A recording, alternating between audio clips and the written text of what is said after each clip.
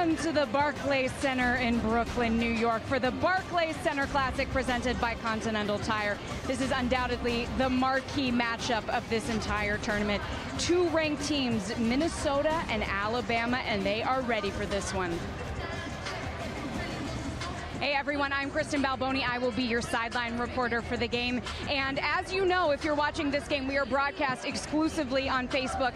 And here's what's different about that if you've never seen a game with us before. First of all, we have no commercials. That's right, you will not see a single commercial for the length of this broadcast. Instead, what we're gonna do during the timeouts and during halftime is take you behind the scenes. I'm gonna try to tell you some stories you've never heard before. And most importantly, we wanna hear from you. We want your comments. You can use the hashtag Min versus Bama. That's MINNVSBAMA. And you guys are going to be just as involved as we are during this game. You are the biggest part of this broadcast. Let me take you over to two other important parts of our broadcast. We have Tim Doyle, who is our color commentator, and Chris Hassel on play-by-play. Guys, this is the game we've all been looking forward to. Minnesota-Bama. It's about to happen. Top 25 matchup today, Tim. These two teams have not lost a game yet.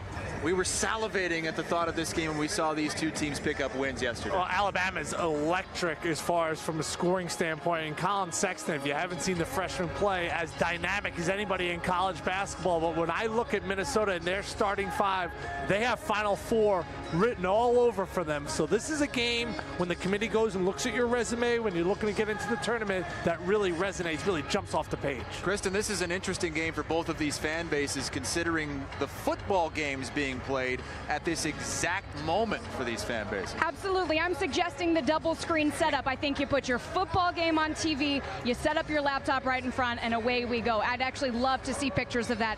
Use that hashtag. Now, guys, we saw both of these teams play yesterday. Both got wins. And, of course, right after those wins, I asked them about the games at hand. But I had to ask both coaches about how they were preparing and getting their teams ready for this game here today. He's a terrific coach. They got really good young talent, so we got to be ready. I know they're a really big team and a very talented team. The main thing is we just have to be ourselves. We can't come out in less than 24 hours or so and try to recreate who we are. We're a deep team. We got a lot of quality depth. We have some guys that can pass the basketball when we keep it simple. And we're very competitive on the defensive end, and hopefully we'll be able to rebound because Minnesota's a really good rebounding team. So both coaches very complimentary of each other's programs. And as well they should be. I mean, both these coaches have done a fantastic job. Avery in his third season, Richard Pitino in his fifth season. Richard went down a big dip with an 8-win season a couple seasons ago. Now he's got it going up. Avery's got this thing going through the roof.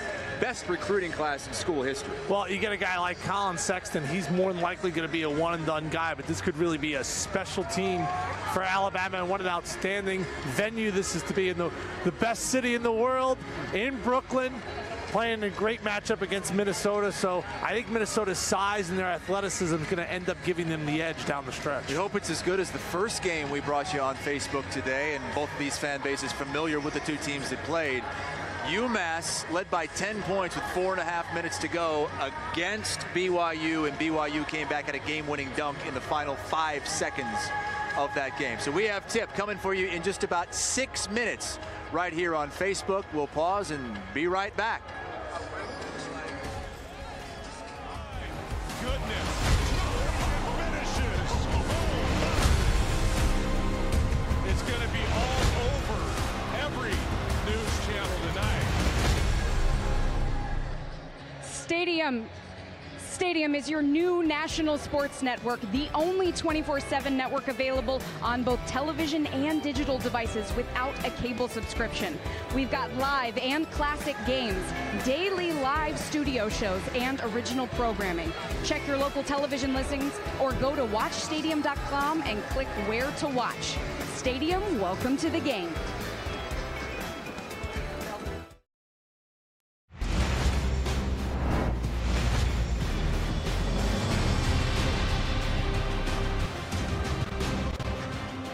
Welcome to the Barclays Center Classic presented by Continental Tire, a top 25 showdown in Brooklyn between the 6-0 Minnesota Golden Gophers and the 5-0 Alabama Crimson Tide. Thank you for joining us for Stadium's coverage of college basketball exclusively on Facebook. With former Northwestern great Tim Doyle, I'm Chris Hassel. Kristen Balboni is here as well. I know it's November, right? But this, in a neutral setting between two really good teams, kind of feels like a Sweet 16 showdown, doesn't it? Well, I think it's the best game all day in college basketball, and Minnesota's a team that I think is flying below the radar on a national scale. I think they could go out there and really make some noise, get to a Final Four, and if you like fun, you like exciting, Alabama's got one of the most exciting players in all of college basketball. Collin Sexton is must-see, an outstanding freshman for the Crimson Tide. What do you think the key to winning this game is for both these teams? Yeah, I think Alabama's got to shoot the ball well from the outside because it's so hard to drive against Murphy and Lynch when they're able to protect the paint. So guys like Petty are going to have to spread the defense out and open up those driving lanes. If I'm Minnesota, you got to go inside. I think that's going to be their strength. No one's been able to guard Murphy in college basketball. He's averaging a double-double this year. So I think that's going to end up being the difference in the game. I give a slight edge to the Gophers, but hey, that's why we play the 40 minutes, Chris. Right. Looking forward to these 40 minutes. I wouldn't be upset if it goes 45 minutes, maybe 50 minutes. Alabama beat BYU yesterday behind a balanced effort. John Petty led the way with 16 points, but 4 players in double figures. Yeah, I thought Hall gave them tremendous effort, blocking shots and all over the court. You see those 9 rebounds. Ingram's a guy who's a fabulous slasher, and you see Hall using that athleticism. That's going to be matched in this game by guys like Reggie Lynch as well as Jordan Murphy. I think both these teams kind of mirror each other with the athleticism, but all night long, Alabama used that physicality to just bully BYU time and time again. Got whatever they wanted on the offensive end, but you like exciting teams. Alabama likes to play fast. They like to shoot the 3, and they're going to have to today if they're going to pull off the so-called upset against the Gophers. Jordan Murphy has been one of the best players in college basketball to this point. The back-to-back Big Ten Player of the Week, had 16 points yesterday in the win over UMass. Yeah, and just has a tremendous motor and a nose for the basketball. He's undersized at 6'6" and playing the power 4.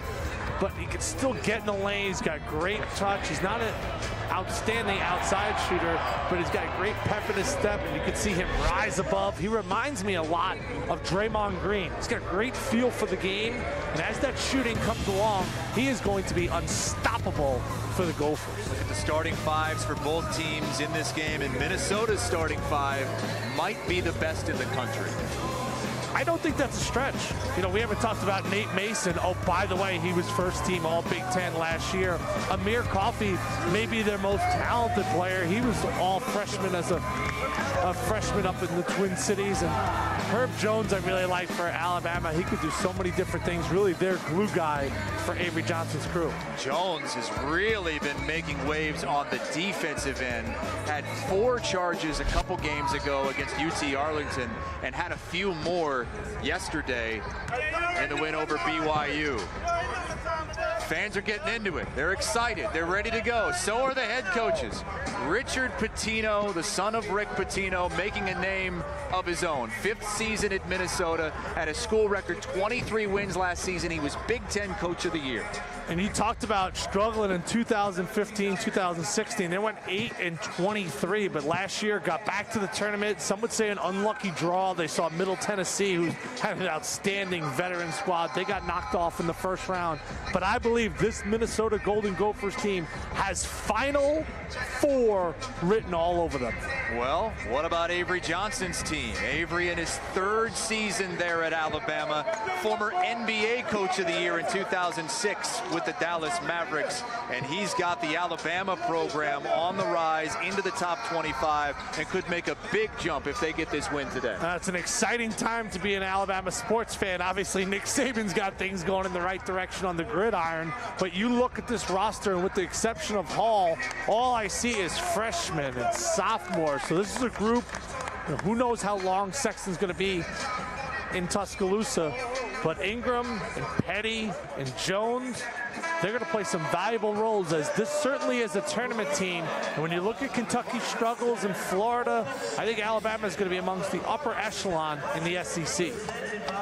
Well, they're picked 4th, and Kentucky, as usual, picked to win it. How about Florida with the big win last night? And some are saying now maybe Florida's the favorite. Hey, Alabama has its chance to throw its hat into the ring with a big win today against Minnesota. We thank you for joining us here as Stadium brings you college basketball exclusively on Facebook. We're at the Barclays Center. A little bit different than yesterday, Tim, when we were over at the Steinberg Wellness Center on the campus of LIU Brooklyn. We are going to bring you starting lineups right here live on Facebook.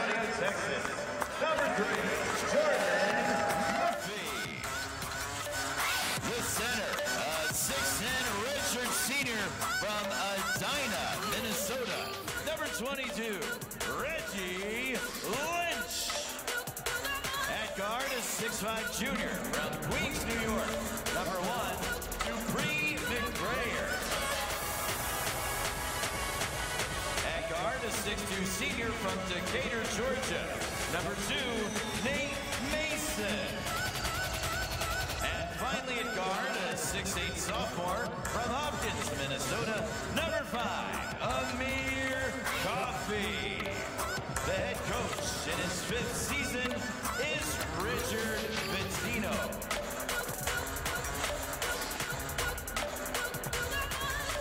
And now the starting lineup for the Alabama Crimson Tide.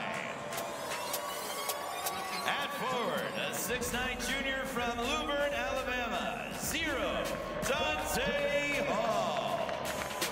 At forward, a 6'11" sophomore from Mapleton, Georgia, number 4, Daniel Giddens. At guard, a 6'7" freshman from Greensboro, Alabama, number 10, Herbert Jones. At guard, a 6'5" freshman from Huntsville, Alabama, number 23, John Petty. And finally, at guard, a 6'3" freshman from Mapleton, Georgia, number 2, Collin Sexton. The head coach in his 3rd season is Avery Johnson.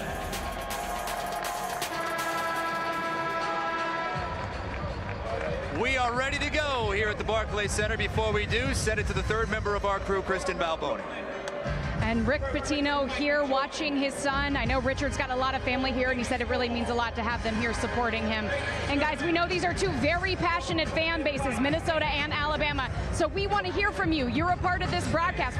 We want to see your pictures on Instagram and Facebook. Let us know how those double setups are going. Use the hashtag #MinVersusBama. All right, Kristen, you see the hashtag in the upper right-hand portion of your screen. Use that and correspond with us all throughout the game, all throughout the evening. Thanks for joining us on a very exciting day for both of the fan bases. Minnesota taking on Wisconsin, the big rivalry football game, and of course the Iron Bowl for Alabama fans against Auburn. This is what we've been waiting for, Tim Doyle. It's the best college basketball game being played across the country, and you can only watch it here on Facebook. Minnesota wins the opening tip. Nate Mason, one of the best point guards in the country, leading the way for the Golden Gophers. Inside to Reggie Lynch, the bounce. Murphy draws the foul. Jordan Murphy to the line where he's 70% on the season.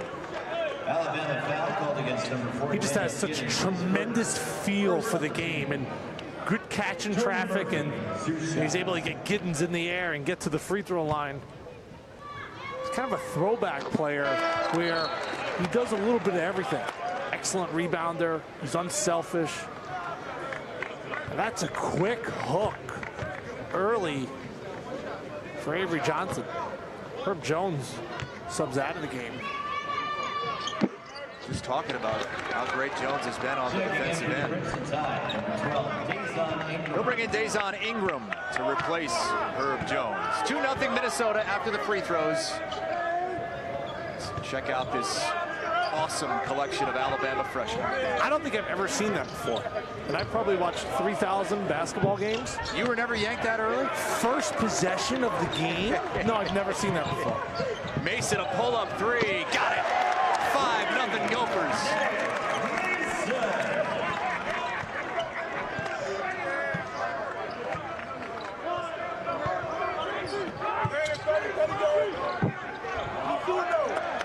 Minnesota running and gunning again. Jordan Murphy.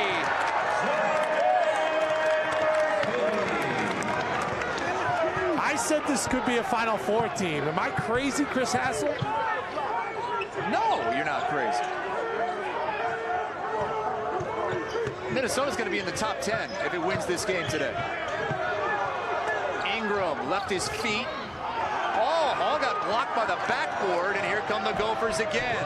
Amir Coffey, the Euro step, and it'll stay with Minnesota. Yeah, he might have stepped to Croatia there, but out in transition, Murphy, watch your head.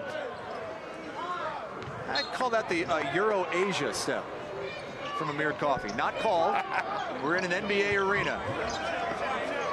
Dupree McBrayer, too strong. Ingram taking it inside, right at Lynch. Can't get the roll. Tipped out of bounds by Mason, and Alabama gets it. I got a chance to talk to Richard Pitino before the game. Their #1 concern, obviously short turnaround, getting back on defense. They must make Alabama a half-court team. That's when the Crimson Tide are at their best, with their push and pace. Ingram stumbles. Gets it out to Collin Sexton. Came into this tournament leading the SEC in scoring. There's the Ohio State transfer, Giddens, who walks. The problem with playing so many young guys like Avery Johnson is doing is, all right, who's going to calm this squad down? Sexton's obviously their best player, but when things get rough, who's going to stop the bleeding and say, all right, everyone just relax and go get an important bucket? Right now, Alabama in disarray.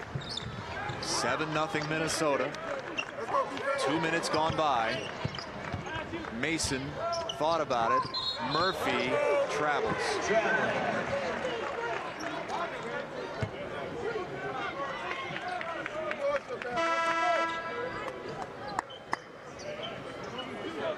Checking in for Alabama, #3, Alex Reese. I saw Richard Pitino before the game. He had just the golf shirt on. Made the adjustment to the pullover. Yeah, he pulled it over top the golf shirt. He was cold. A little cash. Flat out told me he was cold. Avery Johnson going with the short sleeves. There is an ice hockey rink underneath here as Collin Sexton knocks that down. Of course, the Islanders play here now as well. I think for Alabama to win this game, Sexton has to be somewhere north of 24 points. Came into this game averaging over 20 a game. Lynch bodying inside. Murphy, the offensive rebound, straight up, blocked by Hall, got it back, and third time's a charm. He just has that dog in him, where he tries to grab every rebound, block every shot, and he seems to never get tired. Just an outstanding motor, and there he is with the steal. To the deck, and they get him for a travel because he was scooting around on his fanny.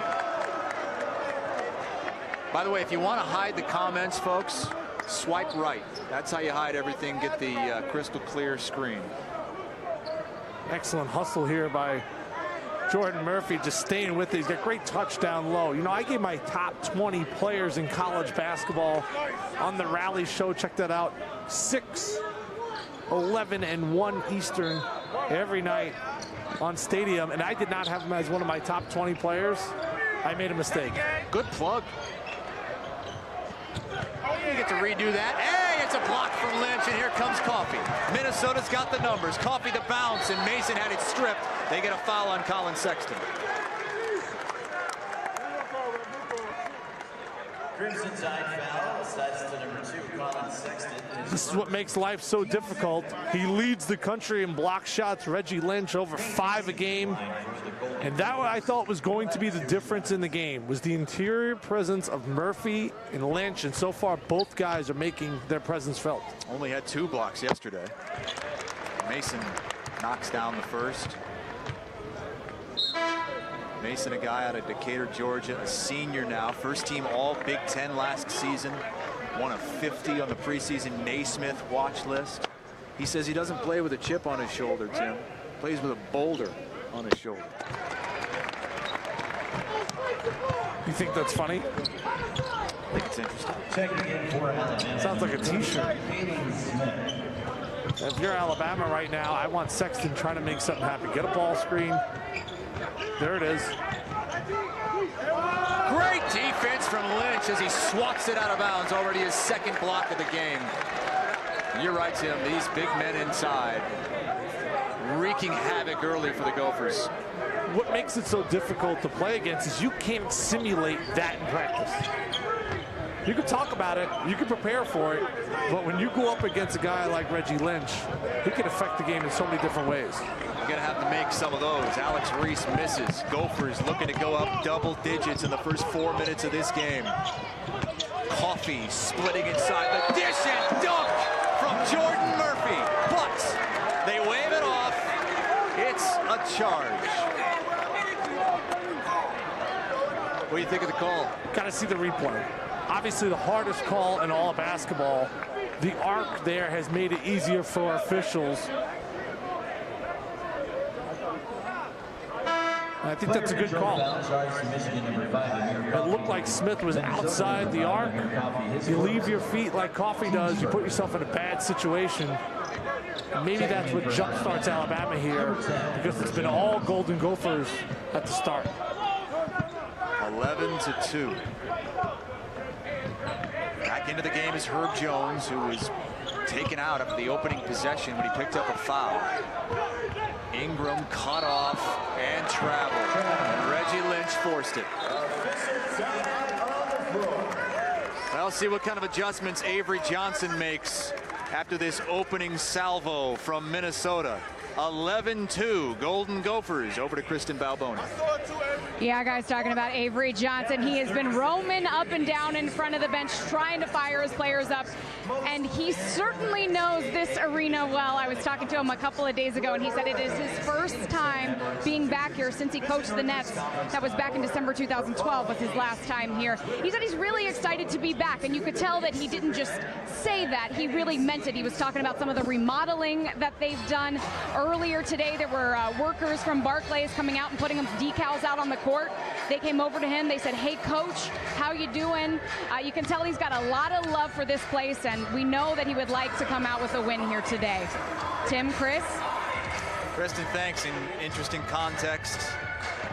Back in the house that he helped open up here in Brooklyn. 7 seasons in the NBA, 2006 Coach of the Year, of course.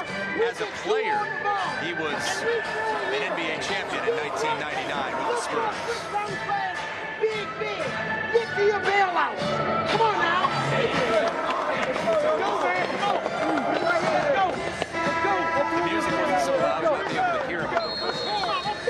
He's got a unique voice. Certainly you hear it booming out at shoot-around in an empty arena. People here happy to have him back in Brooklyn. Yesterday at the Steinberg Wellness Center that holds 2,500. We're here at the home of the Nets and Islanders. Big NBA arena for a big-time matchup. And it's all Minnesota early. We got to clear out of here right after the game for JC, by the way. Now we see Matt on Facebook chiming in. Not a great day for Alabama sports so far. Auburn, 10-7 lead at halftime of the Iron Bowl. And here, Crimson Tide off to a slow start. But it's fast if you're a Gopher fan. Jordan Murphy, another stuff.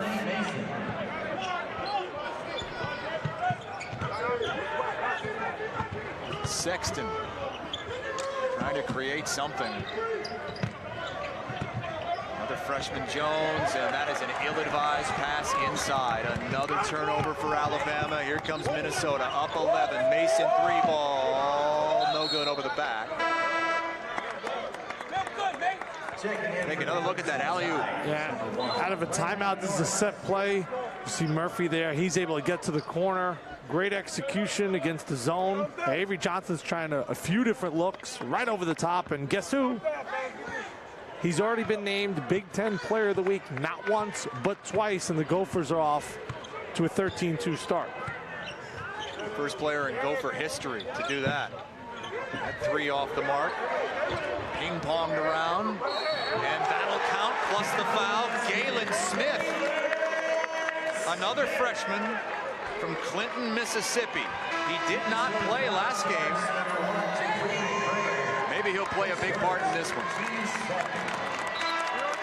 A great energy there from the freshman, and Lynch was out on the perimeter challenging the shot, and the 6'9" freshman from Mississippi, the second-rated player in the state of Mississippi last year in high school, trying to give a little bit of a spark to this Crimson Tide team. Interesting that he hasn't played much this season, didn't play at all last game, but against these big body Gophers, they're going to need him. I think that's spot on, Chris, and I think that's why he gets the call, because I think the Gophers have been flat out bullying Alabama so far, and Smith comes in and throws that muscle around.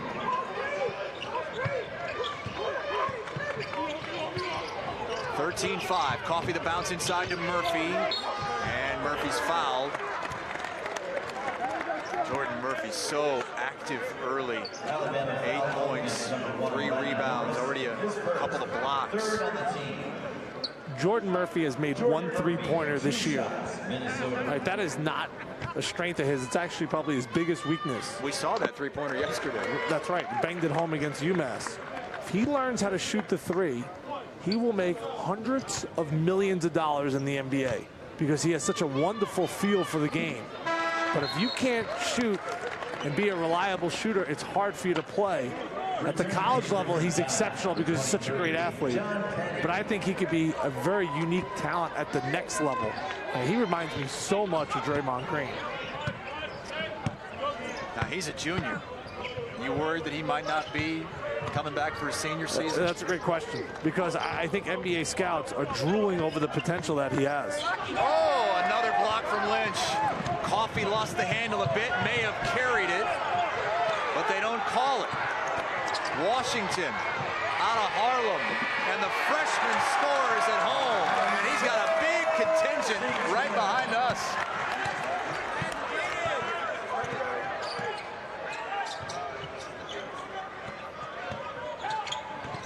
Minnesota up a dozen.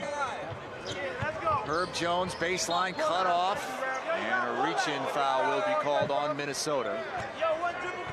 Guess who? Lynch affecting the game. Let's see if Coffee palms this ball. We got away from it, and then Washington. We got a Gopher fan cutting the replays. Cut that little carry out. I think it should have been called. I thought he carried the ball as well.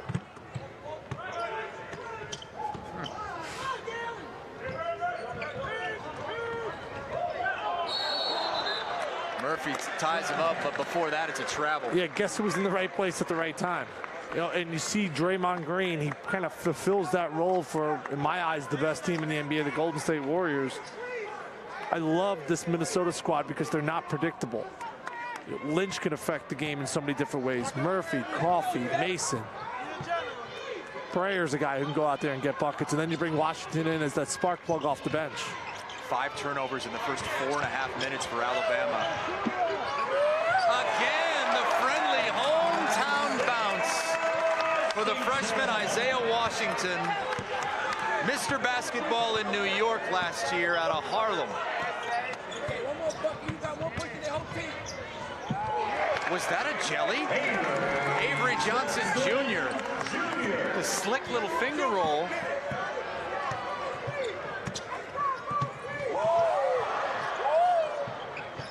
Mason drives it to the hoop. No good. Good defense from Galen Smith. Here comes John Petty. A 3 from Norris is short. Coffee, one-on-one, spin move, can't get it to go. Avery Johnson Jr. out of there with it. And he lost it. Washington's got it ahead of the pack. Isaiah Washington has 6, and he might have 6,000 fans in attendance. We talk about that sweet finger roll, the jelly, and his eyes were as big as basketballs. But this is a kid who is a playground legend here in New York. And watch the spin. That's the little jelly off the glass. A little spin on the finger roll from Isaiah Washington. 21-7 Minnesota on a big football day for both of these two programs with a 2-touchdown lead over Alabama. Kristen. Yeah, guys, well, I had a chance to sit down with both coaches here, and I asked them how they are managing their programs and all the high expectations. We have talked a lot about human nature. We've talked more about human nature than defense, offense, rebounding. We are constantly talking about the elements that you deal with. You know, as you get older, you realize, like, you know, you're tired one day, you got to motivate yourself to get up. That's normal. It's human nature. Young people don't want to do that. So we've talked about everything that goes with expectations. They want to be ranked. They want to be talked about. They want Instagram, Twitter. They want all those things. You can't fight that part of it. You've got to embrace it, but then you got to understand, well, if you want to stay relevant, these are the things that you need to do in order to win and get better. We're only thinking about that 1 minute in practice where I have to be at my best in terms of my competitive spirit, caring about my teammates, the way we communicate, the way we bounce back from failure, the way we handle success. So every minute in practice, and then that's going to lead to, you know, the next minute and the next play. And that's what we talk about. We don't look at the season in its entirety or where we're ranked or not ranked. We have a single purpose, and we think if we can just stay in the moment, everything else will take care of itself. Avery Johnson has this team in the top 25 in his 3rd season. Still the single season record holder for assists per game in the NCAA. Averaged 12 assists a game when he played. He's got Alabama off to its best start in 5 seasons and ranked for the first time in 6 years. Rough start to this one, though. See how they respond. This is his son, Avery Johnson Jr. 13 on the shot clock. Giddens looking to set a screen up high. Minnesota defense extends. Norris the bounce. Giddens out to Norris. The senior hits the 3. Good offense there for Alabama. We talked about it in the earlier game. Shooters love catching that ball when you're able to go inside and out, because when they're shooting by themselves in the gym, think about it, the rebounder is always throwing it out to them. So there's that comfort level of catching out on the perimeter with that pass coming from the inside.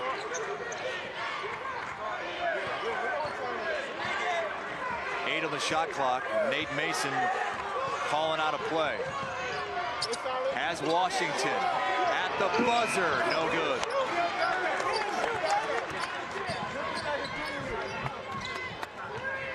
Alabama a chance to string some buckets together here.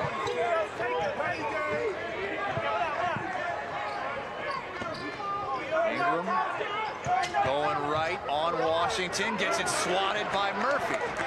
Murphy finds his point guard, Mason. Mason to the hoop.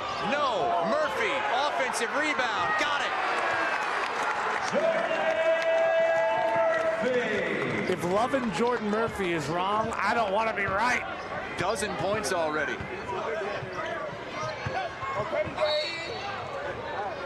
Petty gets fouled on the floor. He is just everywhere.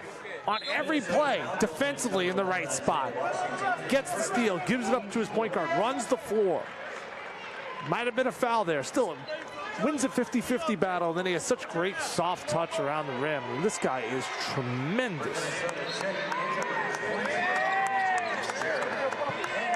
21 on the shot clock for Alabama. Here's Collin Sexton. Boy, he ran into a brick wall, but he's going to get to the free throw line. They get the foul on Bakari Kanate. Bakari saying, look, I'm straight up. He just ran right into me. Bakari Kanate, his first, team's 5th.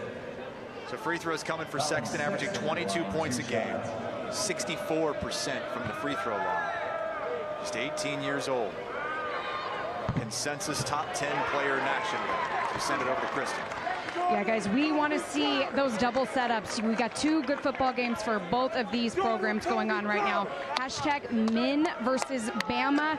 Send us pictures on your Facebook or on your Instagram of how you're watching this game. We're going to show them in the broadcast.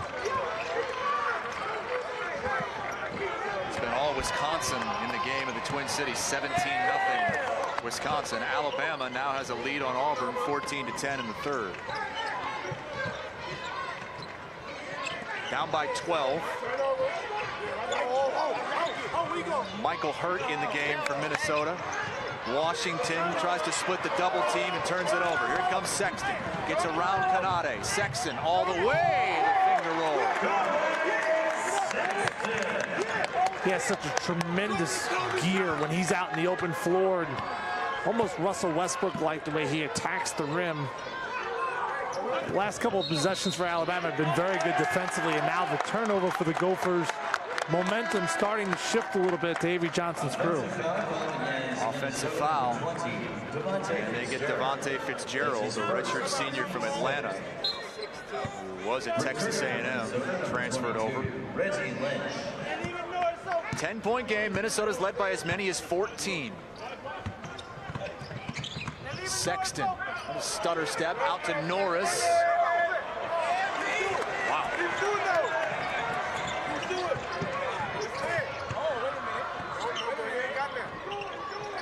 Washington, quick step back. Offensive rebound to Reggie Lynch. Takes it right back up. No, Hurt got his hand on it. Lynch has it again. Got it. Gophers just been relentless on the backboards, and Lynch has been a difference maker on both ends of the floor. Blocking shots, intimidating others. If Alabama's going to win this game, they're going to have to make 10+ threes. They're getting out rebounded. 15-8 are the Crimson Tide. Shot clock under 10. Sexton from 19, way off.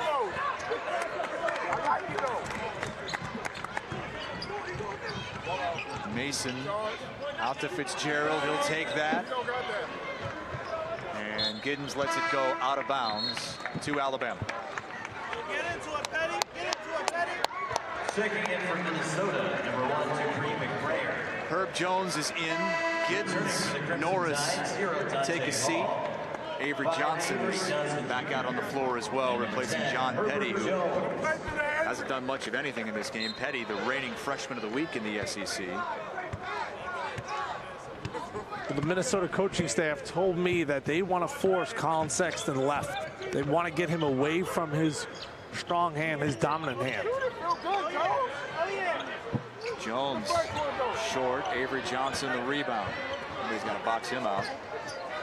One of the smallest guys on the court. Getting a second opportunity for the Crimson Tide. He takes it in and gets it blocked, but a foul before the block.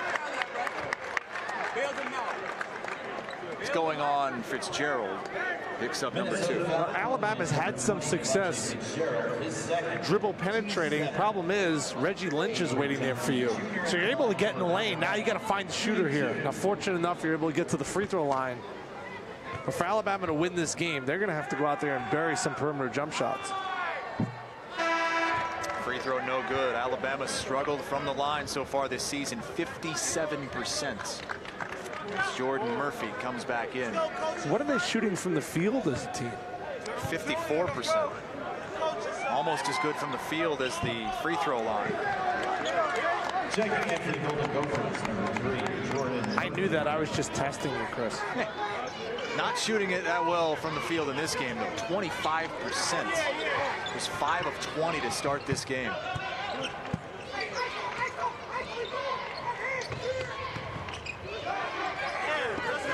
Murphy's got it. 7 on the shot clock. Takes the 3. Second made 3 of the season.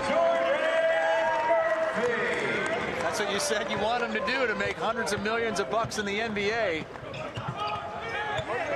Jones dishes, and Hall is short. You know, Murphy actually got beat on that play defensively, and then a quick switch between him and Lynch just does so many different things well. He starts burying that three. This might be his last year up in Minneapolis. Mason, high teardrop, and everything's falling for the Golden Gophers, who are up 30-13. Yeah, but they're not playing like out of this world. They're shooting less than 50%. They're just playing their game. This team has Final Four written all over it. They're that good. They're that talented. Sexton the jump pass. Jones the pump fake. Gets bumped, and Murphy is called for the foul. Just the first on Murphy, but Alabama will be shooting 1-1 when play resumes. 30-13, Minnesota all over the Crimson Tide on a big day for the basketball and the football programs. Kristen? Yeah, well, ask and you shall receive. That's the beauty of being broadcast on Facebook and having Instagram. We asked for you to send us your pictures of the double setup using the hashtag Min versus Bama, and this is what we got. First from a Bama fan. I like that setup. That's nice. Then we've got a Minnesota fan. Here we go. Very nice. Again, hashtag Min versus Bama, and another Minnesota fan here. Tim, Chris, I like these setups. I think these people are doing it right. I do too, and I think I've noticed a lot of them are laptops, and I've experimented with the phone, with the tablet, with the laptop. I actually like watching these games on Facebook more on the laptop because you get a big TV screen, right, for the stream, and then you get a little column for the comments as well. When I'm watching on a phone, if I really want to watch the game, I'm swiping right? I'm getting those comments out of there on a small screen. But on a laptop, you can have the whole shebang. Well, erase James's comment right there. He said these announcers are the worst. We appreciate you chiming in. Use that hashtag Min versus Bama. I like that one too. Of course, you don't have to know that much to know how to get the stream onto your big screen TV as well. So if you have the TVs, certainly just feed that puppy right into your TV and get this up on the big screen, beautiful HD.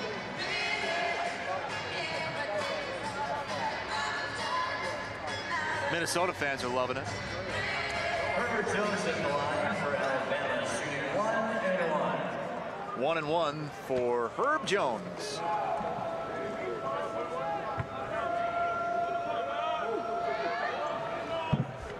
Rattles that home.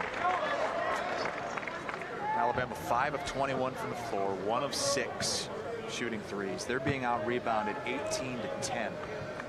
Not at all surprising, Tim, I know to you, because you basically called this. I'd be a little bit embarrassed if I'm our statistician, Mark, who called an Alabama blowout in this game. We all have our strengths, Mark. Alabama's going 2-3 zone here. I think Avery Johnson just trying to mix up defenses to somehow stop this Gopher team. You got to get your hands up when you're in a zone. You can't be lazy, and for young guys, easier said than done. Look at the spin. Murphy couldn't get it to go. He was 5 for 6 before that miss. Sexton the pass. Ingram the flush. We talked about getting back in transition if you're a Gopher. There, a breakdown, and maybe that's able to give Alabama a little shot of life. They're going to stick in this 2-3 zone. Got to have active hands. Lynch fouled before that one was rejected. Question is, if it was a shooting foul, then you have to start thinking, is that goaltending? Alabama foul called against. But they're not going to call that goaltending. They are going to give him 2 free throws, though. Reggie Lynch, 2 shots for the Golden Gophers. Reggie Lynch said as he's walking around campus last year and in the offseason, people would come up to him and say, hey man, love the way you play, but can you please just work on not fouling out as much? He fouled out 8 times last season, and with this Gopher team, that might be the thing that could kick them out early in the tournament. Then we're looking way down the road. If he goes out, then what do you have? I believe that's their Achilles heel. That is going to be their weakness is if Lynch comes out of the game, what do? You go Murphy and Fitzgerald.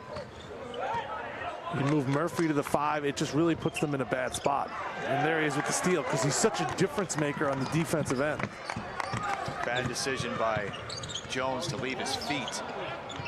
Reggie Lynch is second all-time in Illinois State history. The college, that is, in blocks. He's a transfer. That's amazing. Spent 2 years playing for the Redbirds. 5 on the shot clock. Washington one-on-one with Sexton, the step back. Oh, they called him for the travel there. He doesn't like the call. I'm a bit surprised they called it. Yeah, I mean, I remember Skip to my Lou, Rafer Alston, and he always had these creative moves. Watch his footwork.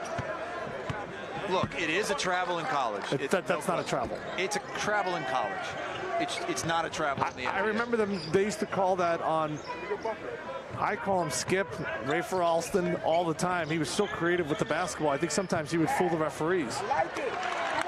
That's good position. That's the best position I've seen an Alabama big man have all game long. Dante Hall. Now, I've watched the Alabama guards almost shy away, Chris, from throwing the ball down low because they really had nothing going. You got to stay consistent. Hall and Giddens gave them some solid minutes yesterday against BYU. McBrayer finds the wide open Washington, but he's in amongst the big men. Coffey the 3, and that's strong. Oh, look at the rebound from Murphy. The spin, no, tips it again. Lynch has it, and he's fouled.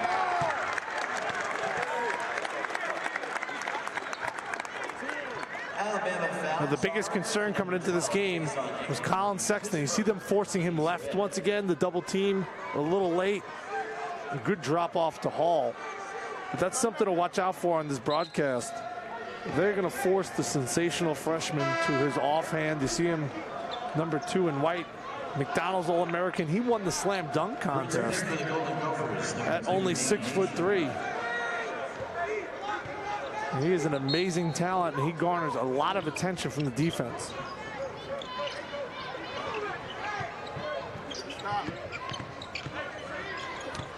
Dupree McBrayer. They're going to get Riley Norris for that foul there. Murphy hit the floor, and the officials both looked at each other. It's officiating crew of Rick Crawford, Brian O'Connell, and Brett Smith. They got a tee on Avery Johnson right here. He's not happy with the call. He better watch himself, because the official originally signaled going the other way, like Alabama ball. He made a mistake. Got corrected. Gave Minnesota the ball, and Avery Johnson just went irate on the sideline. Things have not gone according to plan for Avery Johnson so far in this game. Minnesota has been the better team. Minnesota's led by double digits most of this game.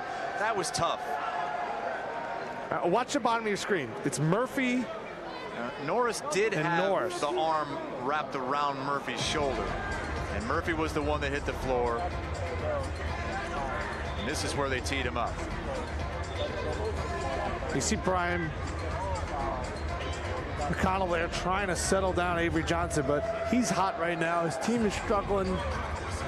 Clearly that wasn't where they teed him up, because he was just saying, okay, okay. Yeah, it was originally pointed Alabama basketball. It was a mistake by the officials. They're taking a look at it right now. It's your bottom official, lower left.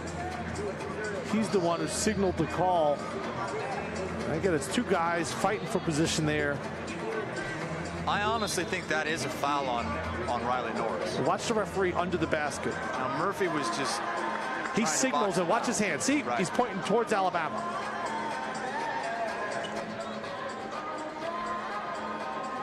And that's why Avery Johnson was so upset.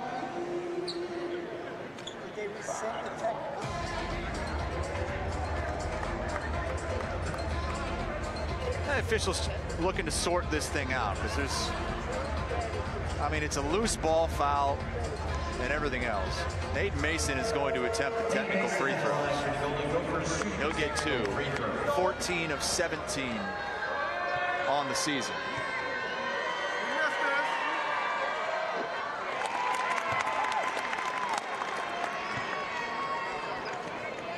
So it is what we thought, a foul on Riley Norris, a regular foul, and then the technical on Avery Johnson. They took a look at it, I believe, just to see if there was any kind of flagrant elbows flying around, anything like that. There wasn't.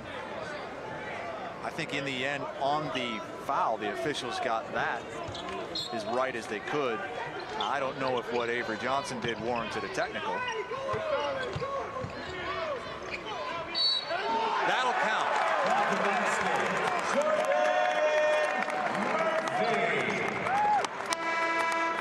Jordan Murphy is having himself a month.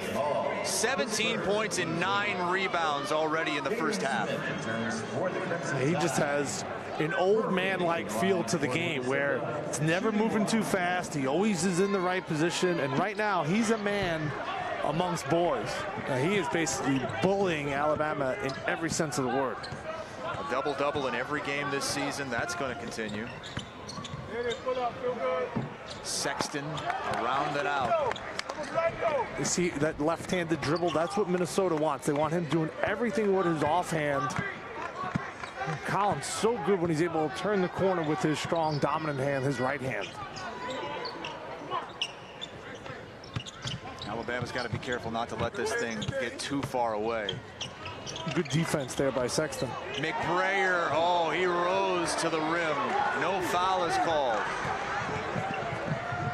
Sexton traveled. He's got to shoot that ball. I know he's struggling offensively right now, the Crimson Tide team is, but that's a good look in the corner in transition. A rhythm shot. The freshman seems out of sorts. Already another double-double for Jordan Murphy. 17 points, 10 rebounds, a double-double in every game this season. Kristen? Yeah, guys, we've been talking a lot about Reggie Lynch, and I just almost tripped over my words because I'm so excited to tell you about his uncle, Kevin, who was also played at Minnesota and was, let me get this right here, the first pick in the second round of the 1991 NBA draft. Now, Uncle Kevin lives in the Twin Cities. He is an analyst for basketball, and he and Reggie are close. I imagine that he's very proud of Reggie's play here today. And guys, look at some of these old basketball cards. I got to say, that is a great hairstyle from Uncle Kev right there. I think the jersey's better than the hairstyle. Love those old Charlotte Very Hornets 90s. uniforms. Very 90s. Great hair in that family, I would say. Business in the front. Yeah. Business in the front, party in the back. In the back. Tim, you got an explanation from one of the officials? Yeah, they were looking to see if that was a flagrant between Norris and Murphy. He got the call right. I asked the official straight up. I said, why do you think you teed him up? Because I get Avery Johnson's frustration in that call. And he said he came on the court, crossed the line. You know, it's a difficult call, but I think the official let him say his piece for a little bit, and then Avery kind of said the magic word. And there's a few magic words you can't say to officials. I think he's frustrated. Alabama's frustrated. But still, not out of the woods yet. Down 17, and when you're shooting only 29% from the field, 7 of 24, against a team that's going to be in the top 10 if they win this game. You got to see if you can close this gap somehow, some way. If you can get this to 10 at halftime, give yourself a chance. Alabama averaging 84 points a game this season. Here comes Sexton. The freshman lays it in. Sexton.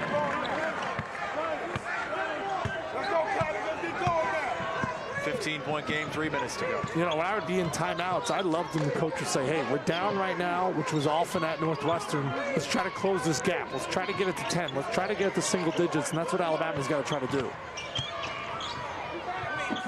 McBrayer, no. Murphy goes up high for the rebound.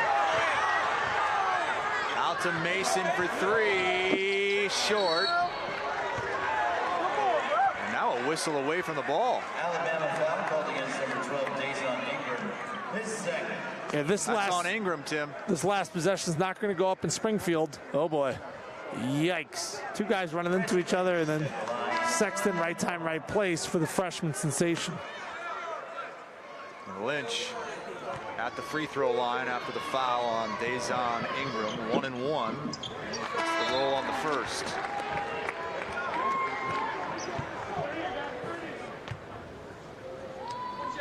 McBrayer has a bloody lip after that collision. He's a hometown kid as well from Queens.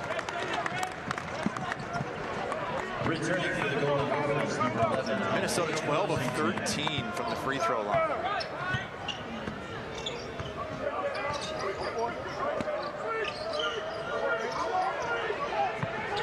A lot of standing around right now for Alabama on offense. Petty lost it on the way up. It's batted around and Mason has it. Wanted to throw it ahead to Lynch. Held it back for Coffey, and Coffey threw it inside and into traffic. Ingram all the way. Timeout is called by Richard Pitino. Not happy with Amir Coffey, who points to his jersey, says that's my bad. 15-point lead, though, for the Golden Gophers, who are fixing to move into the top 10 if this score holds. Kristen? Guys, we got more Instagrams rolling in. Take a look at this. Like we said, we want you to keep using that hashtag. Let's see that double setup, hashtag Min versus Bama. Oh, this guy's going phone. Okay, that's nice. He's got a nice blanket. We got the double setup here. I like it. We got a triple setup right here. 3 games, guys. I didn't expect that. Oh, all 3. Wisconsin, Minnesota, Auburn, Alabama, and ours. Now that's nice. That guy could use some lights, though. Let's get the lights going. I don't know. I like the darkness. You like the darkness? Okay. That says a lot. Good stuff. Keep sending in those pictures and the comments. Auburn has taken a lead on Alabama, 20-14, late in the 3rd. Minnesota losing 31-0 to Wisconsin. Coffey bailed out on that call. Kind of hung in the air for a little while and drew the foul. Yeah, it was interesting you say that, Chris. It almost looked like when he jumped, he was just looking for another body to bump into. You know what I mean? Like, he jumped with no intention of scoring. He went, oh no, I'm not going to make this. Let me find somebody, and really went out and sorted out the contact himself and was able to get to the free throw line.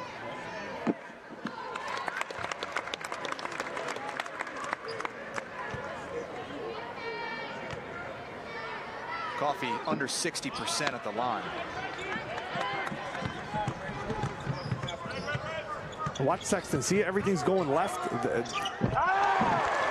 That's the only success he's had, is go left and look for Dante Hall. That's the 2nd time we've seen that inside. Well, I think that's going to be the recipe for Avery Johnson. Keep getting him in that pick and roll situation. Let him go out there and make a play.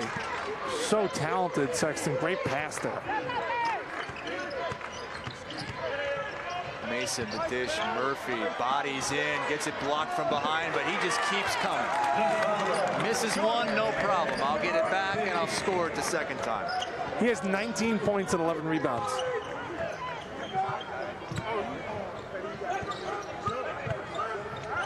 Ingram nearly walked. This is not a video game, folks. This is real life. This is college basketball. It's 2 top 25 teams, and Jordan Murphy's just dominating. Sexton able to get to that strong hand. It's so good going to his right. Not having a bad game. He's got 9 points, 3 assists. So Sexton really playing pretty well. They just can't seem to stop Minnesota inside. They do here. Galen Smith, the block, the lob for Hall, and he's going to the free throw line. That's on Murphy.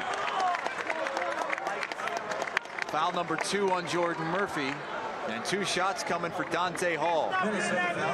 Galen Smith has come in and really given Alabama some solid minutes. Weak side there at the block shot. He's given them some toughness. That's something they've been missing in the first half.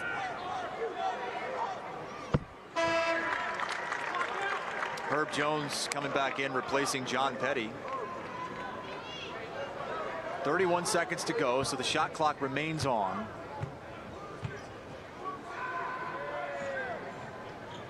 Alabama down 12. If they get a stop here, can't be feeling too bad. Returning for Alabama, number 1, Brandon Norris, and number 10, Herbert Jones. Kenny chimes in. He goes, Murphy, can I be your agent?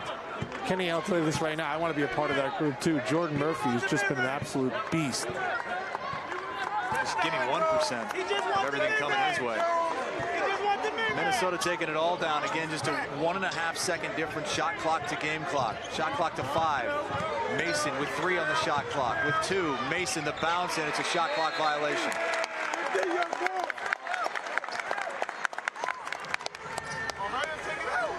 Reset the clock to 1.5. Sexton will launch from 70 off the mark.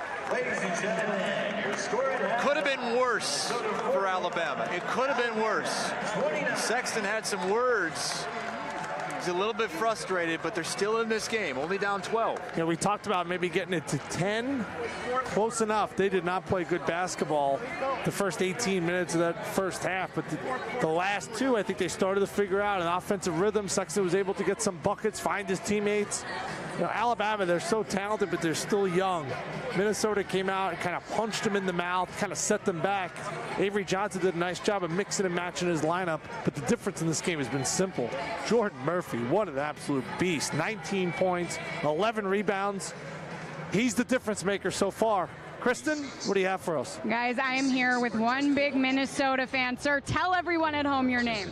Oh, Steve Urban, Stillwater, Minnesota. Steve, now you traveled to this tournament from Stillwater. You traveled to a lot of games? Actually, myself and one other person that here in the gym today are the only 2 living human beings that has been to every NCAA basketball game the Gospers has played since Clem Haskins.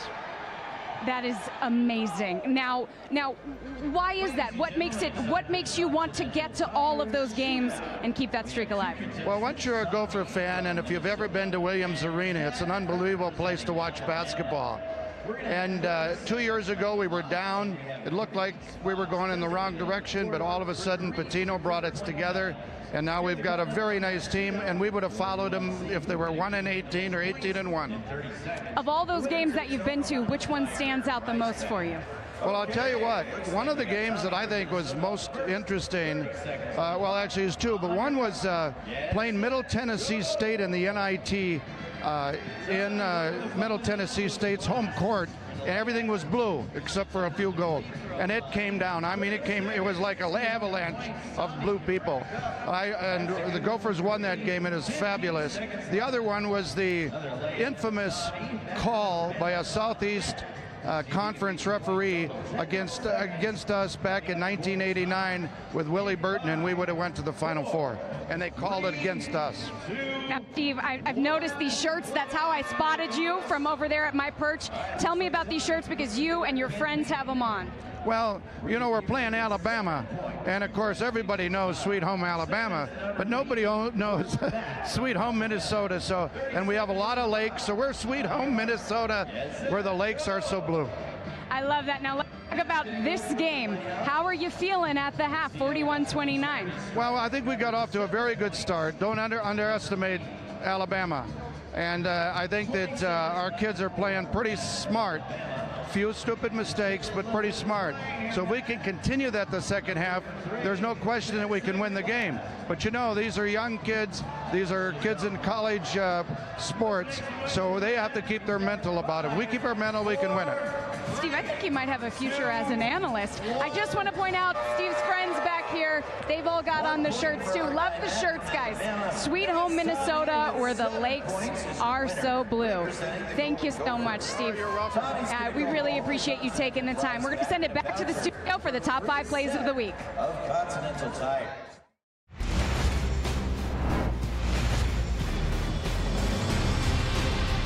I'm Tyler Jacobs here in the Stadium Studios. We'll get you back out for the second half of your game in just a moment. There were some great plays in college basketball this week. Here's a look at the top 5. Yeah, that was a big play. Assist deflection on the floor. Giddy Potts back in. Giddy Potts would be the one getting it done. We talked about staying away from deflections. That 1-3-1, they got the tip, and Potts with a big finish. Giddy off the bench, bagging the bucket. ISO for Carter here. Bagley, the two-handed finish. And a spin move and the dunk. You don't see a lot of ISO plays in college. Pass back from McLean. Tate stole it. Layup blocked. Going back to the rim was Khalif Tate, and Unique McClain just denied him and blocked the ball out of bounds. It'll stay with Niagara when we come back. They're trying to get it inside to him, aren't they?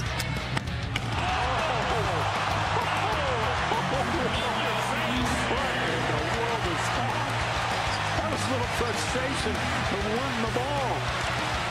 Oh my God. We've seen the ball being taken from him a number of times. He only put it down for 2 good. Oh my, Konate is able to meet Ogalu at the rim. My, oh my, Ogalu came soaring in. What a block by Konate. Stadium is your new national sports network, the only 24/7 network available on both television and digital devices without a cable subscription. Check your local television listings or go to watchstadium.com and click where to watch. Stadium, welcome to the game. Now, as we said on Facebook, we don't have commercials even at halftime. Instead, we're bringing you things you want to hear about, and Gophers fans are going to like this one. The new facilities for Minnesota, they've spent about $166 million. They're moving over there in January. Take a look.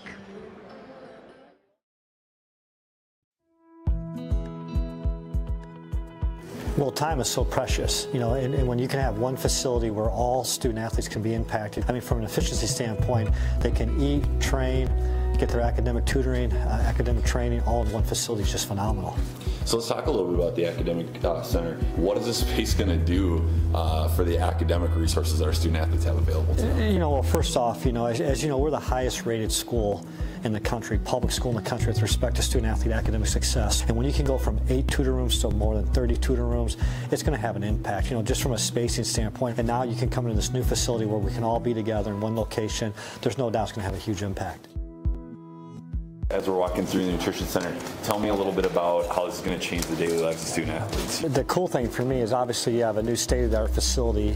A lot of times our teams don't have a chance to hang out with each other, and now we'll have a place where, you know, it can hold up to 325 student athletes, and we'll be able to have different interaction between different teams, which we think will be really special and really neat for our students. You know, we have this great urban campus.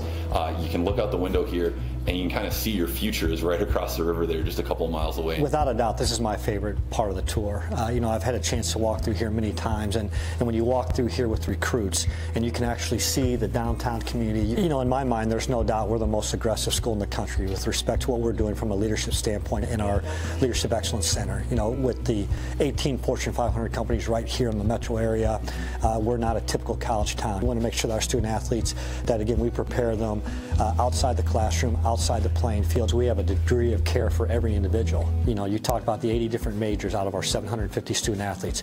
We have student athletes studying a myriad of different opportunities. And when you're at a world-class institution like the University of Minnesota, and we can provide individualized special attention for each student athlete to make sure that we give them the tools necessary to make sure he or she, when they leave this institution, are prepared for the next step. Looking back at this space here, Mark, talk about the progress and how quickly this thing is coming.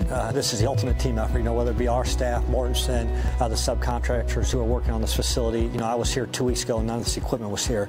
And now to walk in here and see it come to life, it's just awesome. And it's hard to believe in less than 2 months our student athletes will be using this facility. But there's a reason why you're seeing an uptick in our recruiting across all sports. There's a reason why you see people with excitement and energy in our department right now, because they see this coming and the impact it's going to have on our program. Those facilities look awesome. Also, while I've been here at the Barclays Center Classic, I had the pleasure of sitting down with Alabama coach Avery Johnson. We talked about a lot of different things, including the draft and one and dones. Take a look. Well, I was excited about it because I think the dialogue between the NBA, the Players Association, the NCAA, that positive dialogue about what we need to do about the one and done rule, I think is a step in the right direction. I'm all for, you know, kids either coming straight out of high school if they're good enough, or staying at least 2 years in college. I think the NBA is going to have a better product for those kids that are ready. And then if you come to college, being able to stay 2 years, you'll be able to grow and develop a little bit more, and coaches will be able to have much more effective scholarship situation, be able to develop these kids fundamentally so that the NBA then will get a better product if they can stay in college for at least 2 years. So you are on the record as saying come straight out of high school or stay 2 years, and that's your stance. Yeah, and the ones that come out of high school, I'm not going to say committee because we got enough committees in this world, but they have to be, you know, on the level of a Kobe Bryant or Kevin Garnett. A LeBron. It just can't be a LeBron. You can't just have everybody coming out of high school. If you identify 1 or 2 kids that are extremely gifted, that have that type of talent, but for everybody else, I would say stay in college for 2 years. But let the market bear it out. Let them take their chances and see. Yeah. Would you be in favor of the NCAA allowing collegiate players to participate in the NBA G League to show off their skills in the summer? You know, I think that's something that is up for discussion, but that fits into that gray area. We don't need any gray area. Let's eliminate all of the gray area. So if kids come out after 2 years, I like the idea that once they come out and declare for the draft, if you don't make it, you can come back to school. If you don't make it past that deadline where you can go back to college, but you can only declare twice. But I don't like the gray area of being able to go to the G League after your freshman year or out of high school. Let's eliminate the gray area. Now, you've got a lot of players, especially with this recruiting class, who, you know, are probably interested in the NBA draft and potentially sooner rather than later. How do you talk to them about whether they should stay in school or declare for the draft? It's really simple. Based on all of the research that we gather from all of the NBA folks who know what they're talking about, if you are somewhat guaranteed to be a first-round draft pick, we will help you pack your bags. You need to go to the NBA. If you're a lottery pick, we don't even think twice about it. I played in the NBA for 16 years, so I would love for as many kids to experience it. Maybe not for 6 years, it might be 3 years or 9 years. But if you're somebody that's projected to go in the first round, and sometime maybe even in the early second round, especially with the way the guaranteed money's changed, that's something that we would encourage our players to do. Well, I really enjoyed having the chance to sit down with him, and I found a lot of the things he said really interesting, and I would love to hear what both of you think. What about one and done, Tim? Do you like what he said? He said either go right out of high school or stay 2 years. Yeah, I think that's spot on because the NCAA wants to say that these guys are student athletes. So if you have to stay 1 year in school, you really only have to go to 1 semester just so you're eligible. So I would actually like to see it stretched to 3 years. Yeah. That way, if the guys choose to go to college, then if they stay for 3 years, they're really making an effort to go out there and try to get their degree. Like, for example, Michael Porter Jr. hurt his back from Missouri. Do you think now he's going to focus in on his studies? No, I don't think so. No, he's not. He's going to get ready for the draft. So it's broken right now, and I think that's why the FBI is looking into it, right? Because it's not the middle of the road, the top 100 guys that maybe are getting extra benefits. It's the top guys. And now that it's starting to get really dirty in college basketball, you can see Adam Silver trying to adjust the rule. Something I believe is going to happen this offseason in college basketball. I would agree. I think that it needs to be more than 1 year in college. It shouldn't be a one and done. If you want to go to the NBA, I like what Avery Johnson said, and I know Richard Pitino, He said the exact same thing. He said the exact same plan. I think if you're good enough to be drafted, you can come straight out of high school to the NBA. But if not, you go to college, you got to be there at least 2 years. I'd love for it to be 3. I'll take 2. Well, whatever it is right now, it's not working. But the sad part is, a guy like Collin Sexton, who we get to see on the court today, you know, we may never see that. I think the most excitement in college basketball is the one-and-done guys. Those are the guys that I wanted to see, especially to tip off the year. What do they really like? Can they play at that next level? Now, as the season wears on, I think we like to see outstanding teams like Minnesota, but I believe this offseason there's going to be an adjustment to the rule. That's Tim Doyle. He played his college basketball at Northwestern. Had a year at St. John's in there as well. Kristen Balboni and Chris Hassel, thanks for joining us. It's halftime. Minnesota with a 12-point lead over Alabama. We'll show you how things went down in the first half, and a lot of it had to do with the 2-time Big Ten Player of the Week, Jordan Murphy. 19 points, 12 rebounds, 2 blocks, and a steal. And we need to update those points right there because he deserved every single one of them and scored them in a plethora of ways. just has a relentless motor. He tries to grab every single rebound. And I talked to him yesterday before the game, and I said, well, give me a comparison. What's your game like? Because I can't even describe it myself, because I can give you a little bit of everything, and he has just done that for the Gophers. And as for Alabama, they got back in the game when Collin Sexton really started to work a little bit from the offensive end, got his teammates involved. Here, an opportunistic basket. Two Gophers run into each other. You know, Alabama, in my eyes, Chris, they could be down 20. The fact that it's 12, you come out, you set a tone, maybe get the first couple of baskets, and now you're right back in it. Avery Johnson's been around the block. They did not play their best basketball, and still within striking distance. And some people might see the field goal percentages and say, what? I mean, Alabama should be closer than 12. Listen, the rebounds have been a major story in this game. Minnesota out-rebounding Alabama 25-15. They have 12 offensive rebounds and outscoring Alabama 14-2 in second chance points, 14-3, beg your pardon, in second chance points. It really has been the difference in this game. But Alabama will have the ball to start the second half and have an opportunity to close it to 10 or maybe even single digits here at the Barclays Center Classic, presented by Continental Tire and Brooklyn Hoops.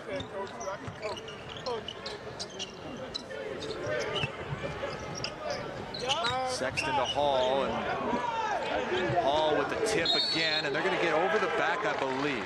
McBrayer went over the back of Giddens.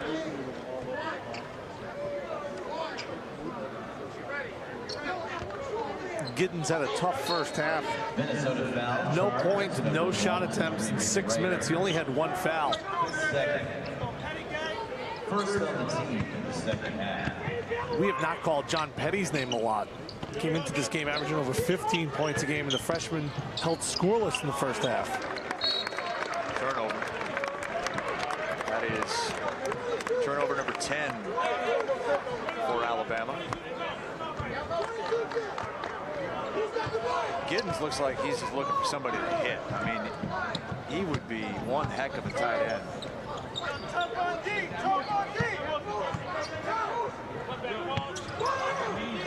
A little bit of a zone here from Alabama. Minnesota passing it quick.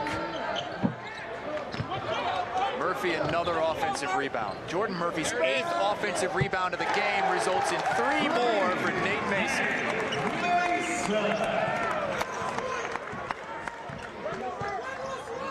Second chance points are now 17-3. All right, go get money. It's got time. Sexton alley-oop and swatted out of there. I don't know if that counts as a block. I don't think it does, because it wasn't a shot. Mason, another 3. And what a start to the second half for the Golden Gophers.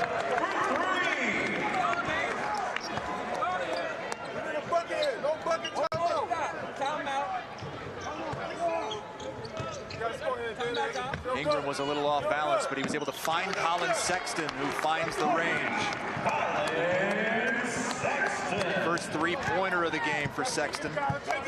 There's just no energy right now in Alabama for defense. Look at all their arms. Everybody's arms right now are down. You gotta have your hands up. You gotta have some energy, some effort. Coffee carving them up. Didn't get it down, but will get the free throws. Right now, Minnesota's getting any shot they want, and when they miss, they're getting the rebound.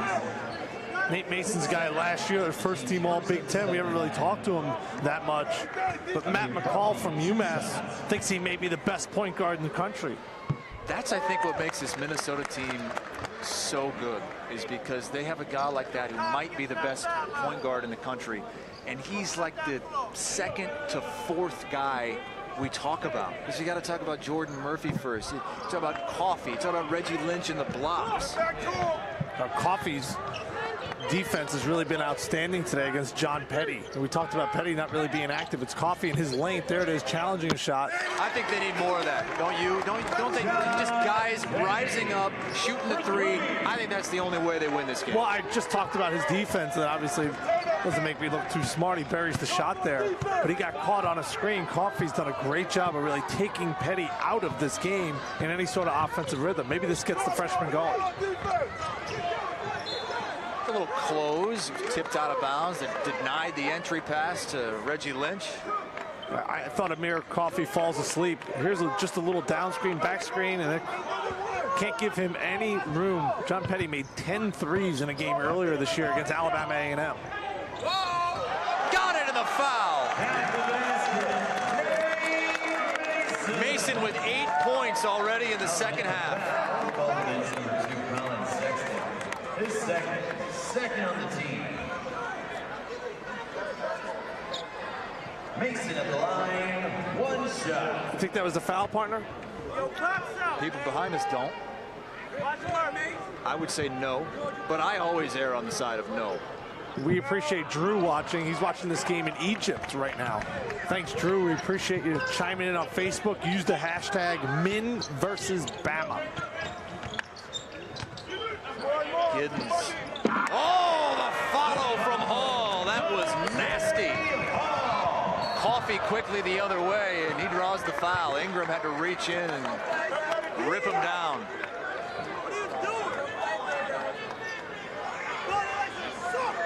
Dante Hall can really get up there. Great extension. We saw him just dominate BYU, blocking shots. His physicality, I thought, was the difference yesterday as Alabama took care of BYU.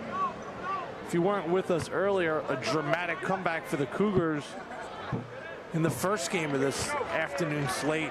As they were down 9, my partner said the dagger. Down 10. You called a dagger in a game, and then the team lost. I said it might be the dagger.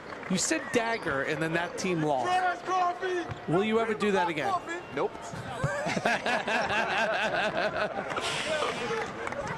Now, UMass was leading by double digits for much of that game, and BYU came roaring back to get a last-second win. Alabama's down 14. They turn it over again.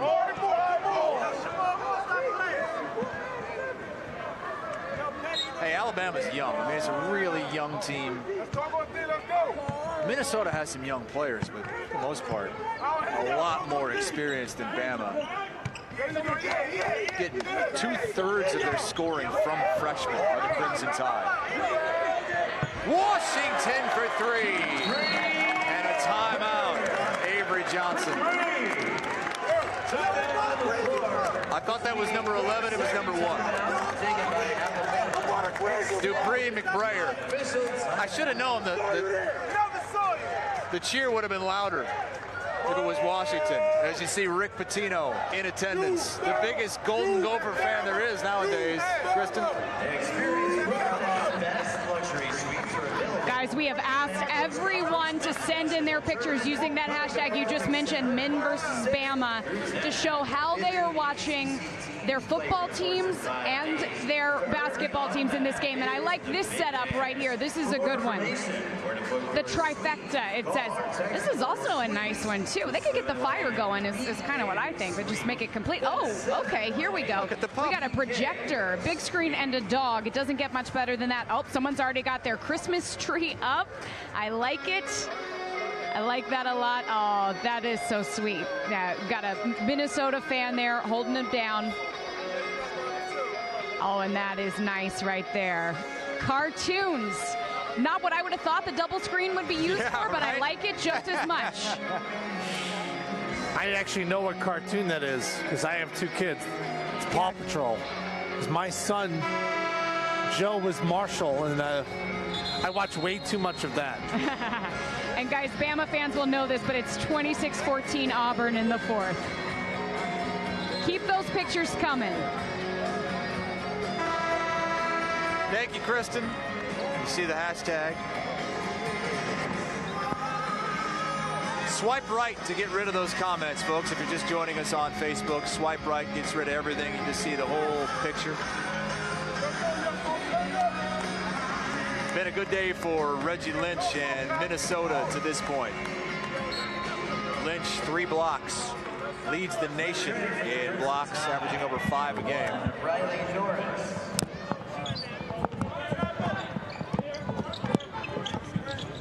Geez, Tim, you okay?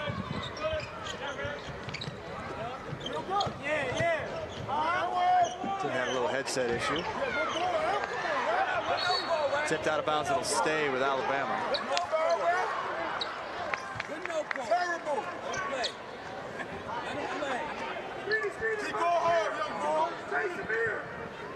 I think this crowd wants to see more of Isaiah Washington, but hard to get anybody else out of the game when Nate Mason's playing so well in the second half. Washington, a local New York City kid, had the crowd going crazy in the first half, up on their feet. Reggie Lynch called for that foul. Minnesota foul called against number 22, Reggie Lynch. His first. Just number 1 on Reggie Lynch. He's really done a great job working on not committing silly fouls to get him in foul trouble. That might be the key to having a chance against this Minnesota team. Get him in foul trouble. Make him go to the bench.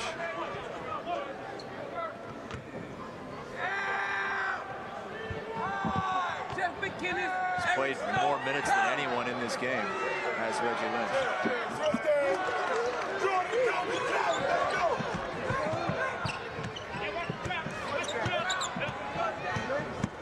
15-point lead for Minnesota. In our matchup of top 25 unbeaten teams here at the Barclays Center Classic presented by Continental Tire. We got a question here from Tyler. Do you think the Gophers will be ranked in the top 10 if they win this game? Absolutely. Where you from? They would have 3 wins this week. And 1 over a top 25 Alabama team, but the Tide not out of it yet. Still hanging around that zone where if they make a run, they're right in it. Down 13 with 15 and a half to play. Yeah, 30, keep talking back there. I hear you. Murphy off the dribble, the dish, got it poked away, and it's an offensive foul. And Tim, they say, you know, the best teams talk a lot on the court. I think these guys behind us must have been a part of a good team. They're talking a lot. Maybe they're getting ready for the concert coming up tomorrow, Kristen. That's right. We got to clear out of here quickly because right after this game is over, the rigging crew is going to come in here and start setting up. Everything's got to be broken down by 3 a.m. for them because, as you said, Jay-Z performs here. He's got 2 shows coming up. And guys, what Jay-Z wants, Jay-Z gets. So 3 a.m., this place is going to look completely different tomorrow. And Tim, Chris, I've heard they're a little short-staffed, so they were wondering if you two would maybe help out breaking down the court tonight. What do you say? If I can go to the concert, I would have to be in VIP because I'm a... Then you'll stay. I didn't hear anything about VIP. You just want me to be a normal civilian? No, I'm not going to break down the court then. You give me a VIP, I think about it. And I get to meet Jay-Z and Beyonce, then I'm in. Let's make this a little juicier. I still wouldn't do it. I'm wondering if I could just stay here somewhere unnoticed and stick around for the concert. What do you think? If someone gave me free tickets, I might think about going. Oh, here we go. That's why you're from Iowa, Chris, all right? I grew up in New York City, all right? Hard Knock Life, that was all I listened to for all years. You're just showing that you're from Iowa right now. A New York City kid, Jay-Z. The thing about him is he retired, and that's the new thing now. You retire to unretire. Yeah, if you retire, aren't you just done rapping for good? I think it would be great for your career if you retire. Like after this game, just say retire. And you know what you could say? That's Hassel's dagger. And then unretire. Chris Hassel is back. Nobody retired more than Hulk Hogan. He's still wrestling.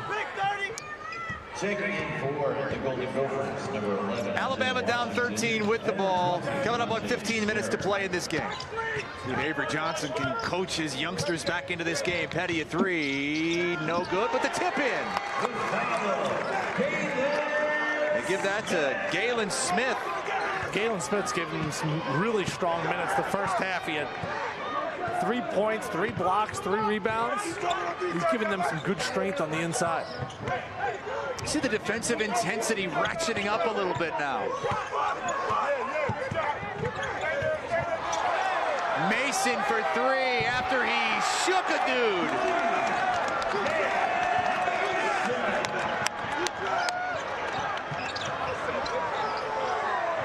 Ingram in no man's land. Petty inside, the dish to Galen, and Galen Smith will go to the free throw line for 2.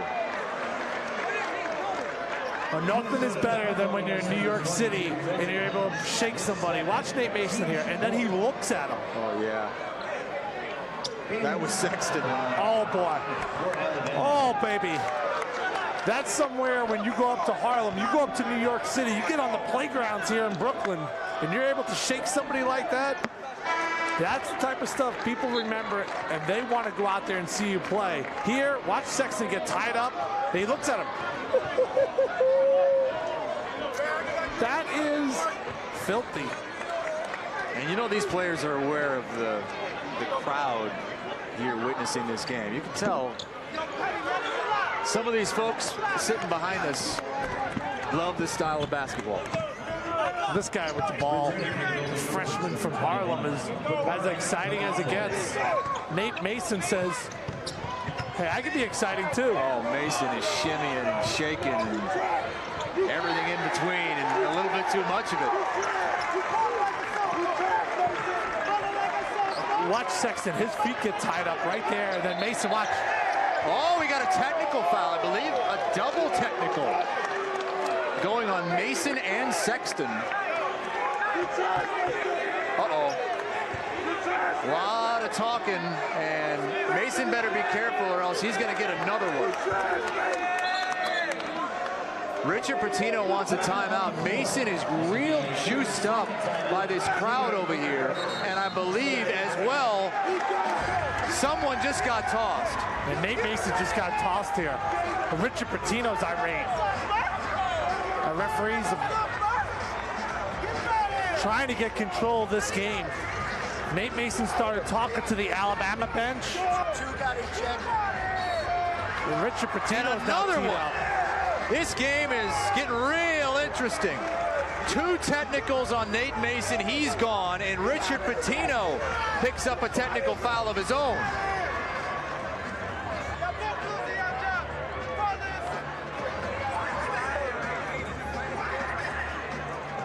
I was blocked from the first technical.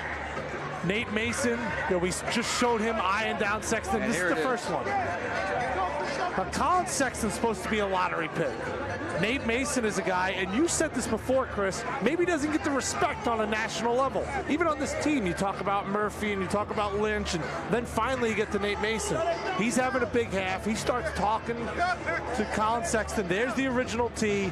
And then I watched kind of him go back to the bench a little bit before this, and he was jawing at Alabama, jawing at their coaches. He gets the second tee, and then you see Richard Pitino just fly off the handle. Oh boy, you got a double-digit lead, you're cruising, you're playing outstanding basketball. As a senior, Nate Mason, he's got to be smarter than that. And there's Rick Pitino, not liking what he's seeing right now from Minnesota. His son's team. Minnesota number 2, Nate Mason. That's his 3rd, team's 6th, and Mason is ejected from the game. The announcement now that Mason's been ejected from the game, and the fans don't like it. Going to be a bunch of free throws now for Collin Sexton. Oh, write the score down. 57-44, buddy boy. Let's see how this changes the complexion of the game. What happened? We had the shimmy from Nate Mason. Sexton hit the deck. Mason hit the shot. Next time down, better defense from Alabama. Mason was trying to do something. He turned it over, so Sexton probably said, hey, I got you that time. Double technical. And then the problem is Mason just kept going. Mason just kept going at the freshman Sexton from afar. And we saw the officials. Brian O'Connell was looking and just waiting. And if he kept it going, which he did, he was going to tee him up a second time. I don't think the officials were right on top of it. Nate Mason crossed the line. You got to see he's got to be smarter than that. Now he's gone, and now you can see the momentum potentially swing in this game. Kristen, what do you have for us? Yeah, I just saw Nate Mason walk off, and you could tell that he is very upset. A couple of fans had their hands out trying to encourage him, and he just went straight back, guys. I'm also seeing some comments, and there people are saying, Mason is a senior. He should know better than that. You got to keep your cool, is what a lot of people are saying on Facebook right now. 3 out of 4 from Collin Sexton. Remember, had everything just stopped at the double technical, there would have been no free throws. 2 free throws came from the second technical on Mason, and then 2 more from the technical on Richard Pitino. And now Alabama's got the ball, and they're only down 10. Still a lot of time left in this game. Ingram gets cut off, loses his dribble. Sexton's got it. You know he's going to want to make something happen. One of the best freshmen in the country. Double team, finds the senior, Riley Norris. It's a 7-point game. And we've got fisticuffs. A scuffle underneath, and players ready to throw.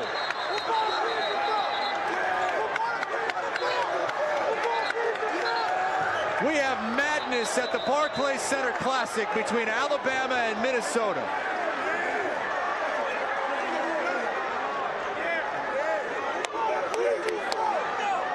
Amir Coffey is being ushered off the court.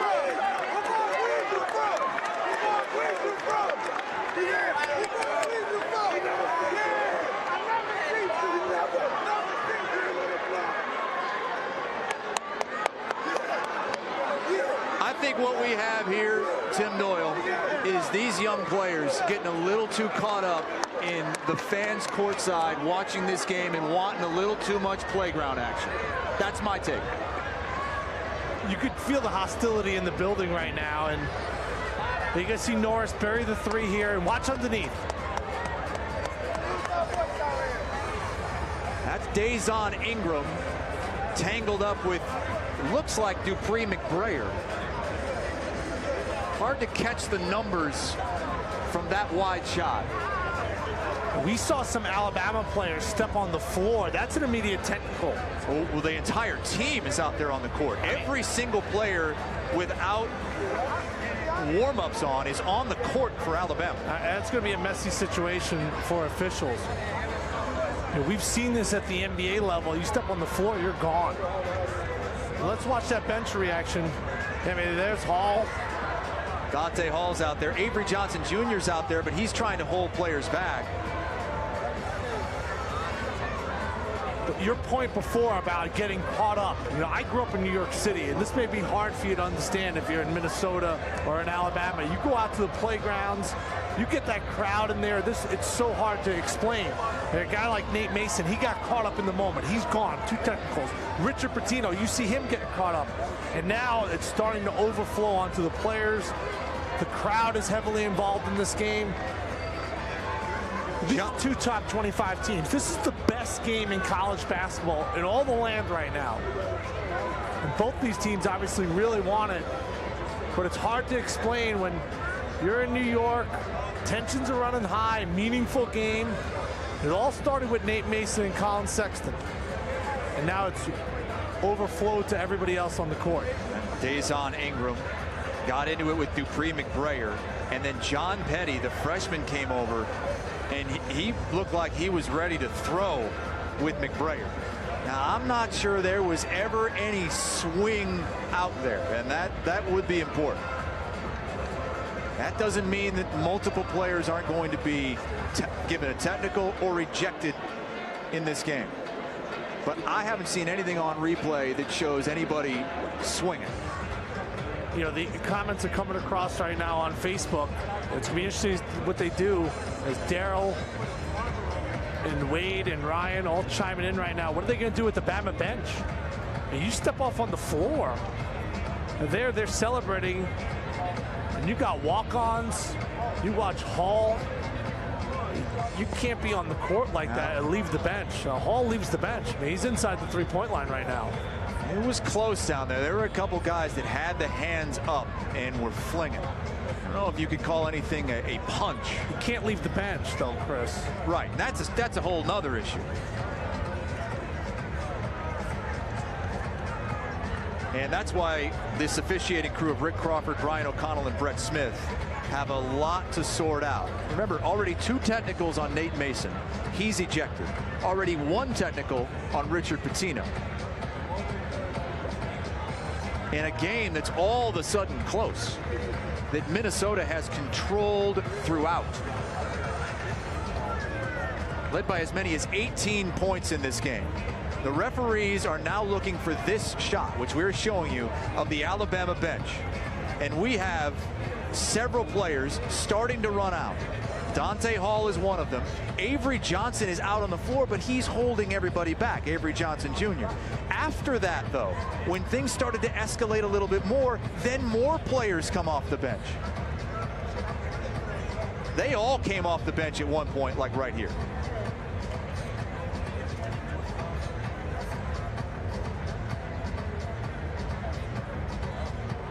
And so there's going to be a lot of technical fouls handed out. We just had Collin Sexton take 4 consecutive technical foul free throws.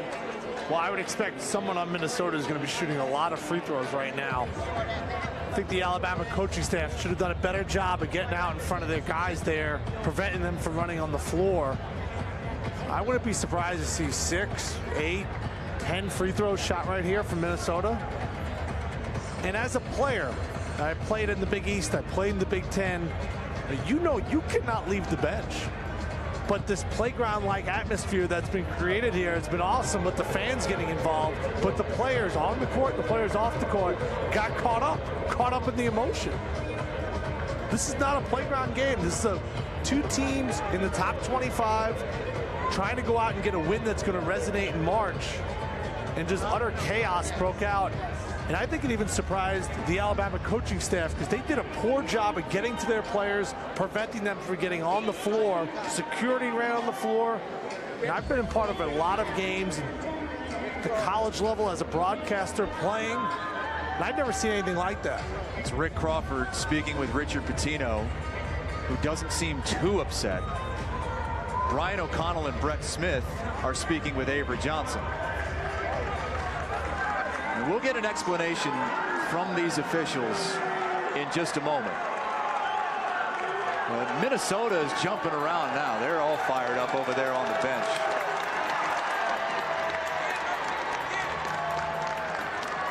I think they may have gotten word that they're going to benefit from this. And again, we're going to get an explanation. We're going to pass it along to you. And the officials will come over and let us know what has been decided, what has been sorted out. Avery Johnson, Richard Pitino with the 3 officials near midcourt meeting right now. If you're just joining us, Minnesota's got a 7-point lead. The lead was 13 moments ago when Nate Mason got teed up twice, ejected. Richard Pitino got teed up. Collin Sexton hit 3 of 4 free throws, and then Riley Norris hit a 3. 7-point game. And now the explanation from one of the officials as several players have been ejected from this game for Alabama. The entire bench from Alabama has been ejected from this game for entering the playing court.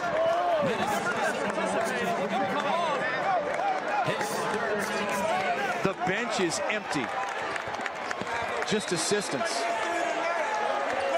And now the 5 on the court for Alabama are the 5 who have to go the rest of the way.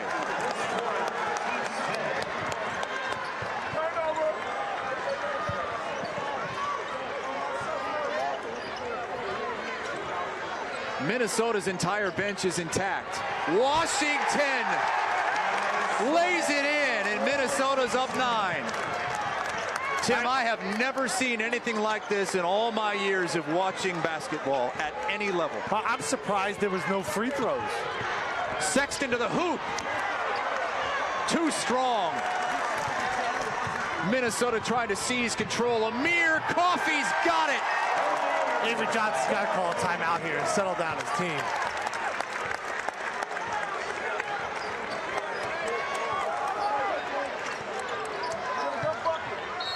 Ingram bumped. So Dante Hall, a starter, is gone. Another starter, Collin Sexton, still in there, along with starter John Petty. Galen Smith is still out there, but Herbert Jones is out. Avery Johnson Jr. out.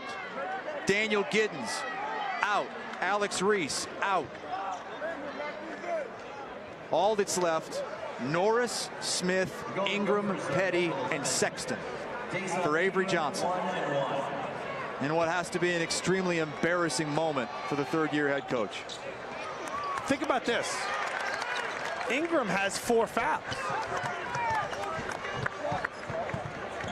Great point. But they may have to play this game with 4 players. Coffee. No good. Rebound to Smith. Still a lot of time left as Sexton scores. It's still a 9-point game. How are you playing this game if you're Avery Johnson? How are you approaching the rest of this game with 5 players? McBrayer short. Sexton runs it down. And there's a foul. That's Norris's 3rd. Now you got to really pay attention to the fouls. I mean, check out this bench right now. And again, if you're just joining us, the entire Alabama bench has been ejected from this game because during a scuffle on the court, everyone on that bench entered the playing court. When you enter the playing court and you're on the bench during a play, you're automatically ejected, even if you didn't do anything. So the 5 that were on the court for Alabama are the only 5 that are going to get to play the rest of the way.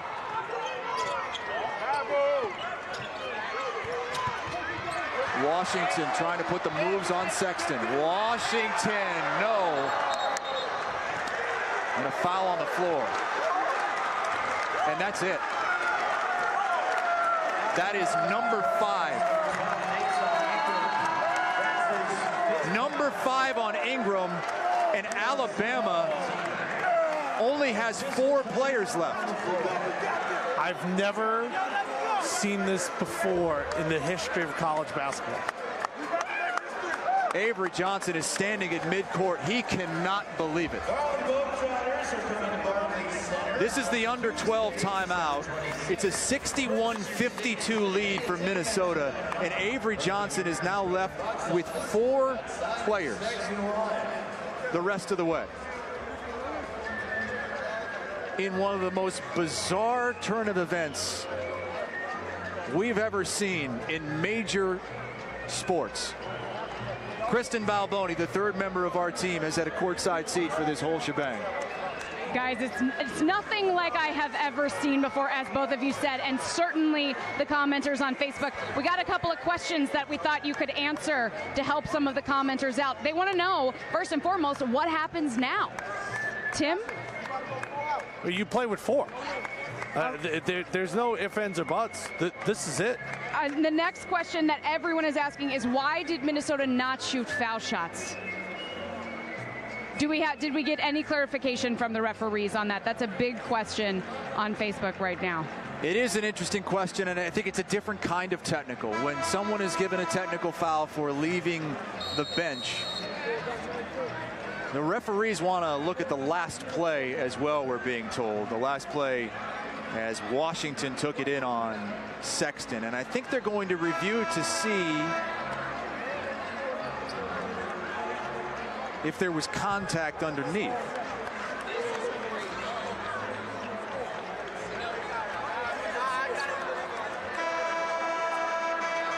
They're trying to make sure the foul was called on the right player, and it was. They have decided the foul goes on Dazon Ingram. So he's disqualified with his 5th personal foul. Reggie Lynch, 1-1 for the Golden Gophers. 1-1 coming for Reggie Lynch.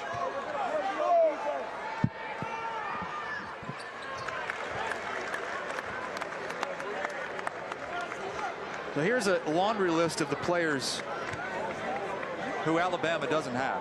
Dante Hall, Alex Reese, Daniel Giddens, Avery Johnson Jr., Herb Jones, now Dazon Ingram, and Lawson Schaefer, who was on the bench.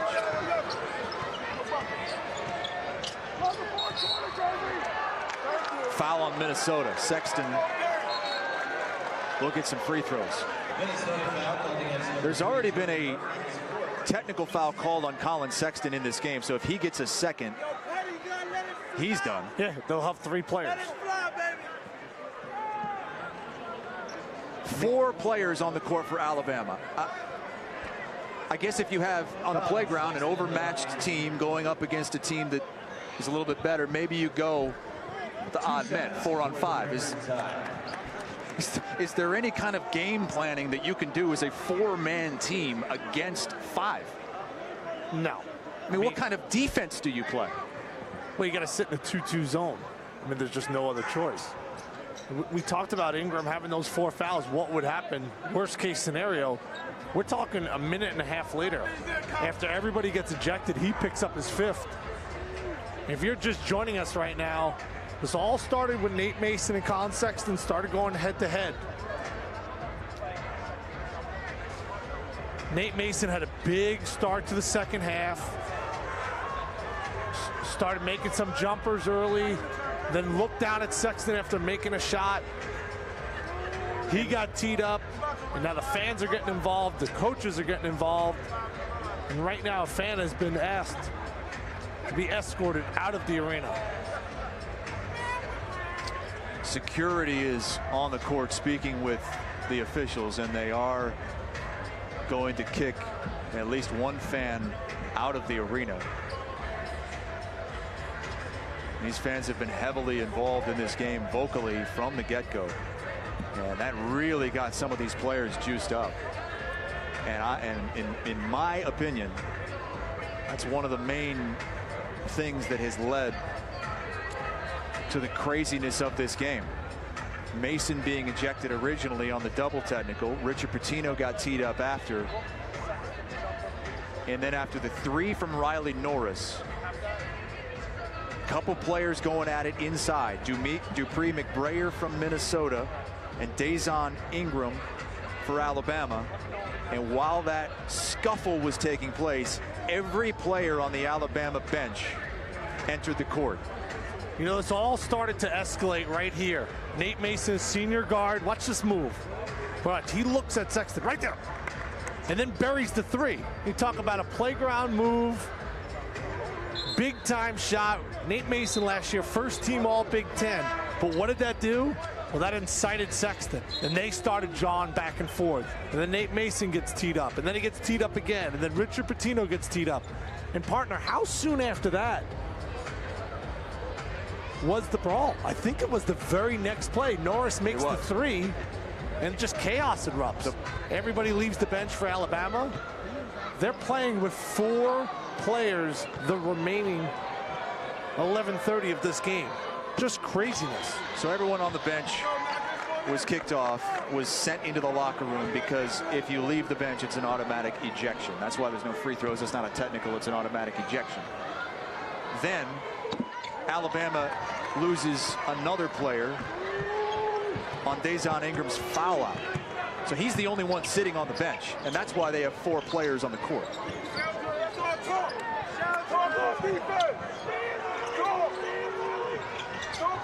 Still a 9-point game here, but I can't imagine any way Alabama with 4 players is going to be able to make a comeback in this game. But they still have Collin Sexton.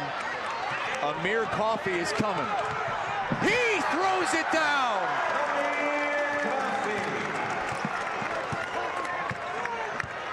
Might see a lot of that the rest of the way with an odd man rush for Minnesota.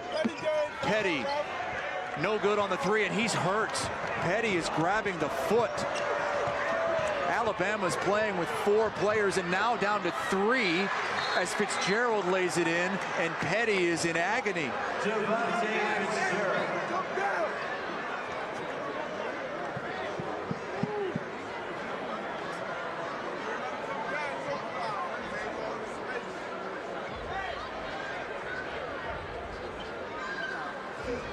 I am at a loss of words. Grabbing the right foot. He's in a ton of pain. And we'll see, he elevates on that 3. And he's going to come down right on Fitzgerald's foot.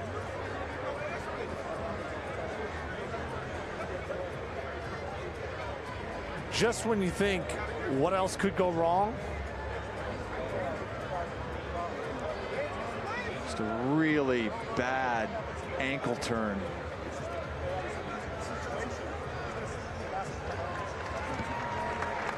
And he can't put any pressure on that right foot.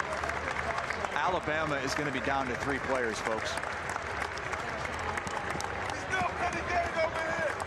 And now the question is, if you're Avery Johnson, do you keep going with 3? I wish I had an answer for you. I really don't know what to say. Looks like they will.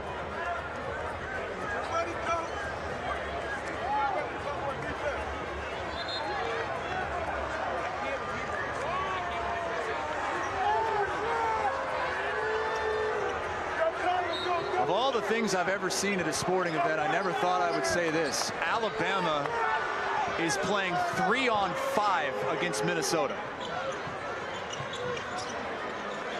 And they're just going to double everything. Galen Smith. Are they going to get Washington here on a hold of Sexton?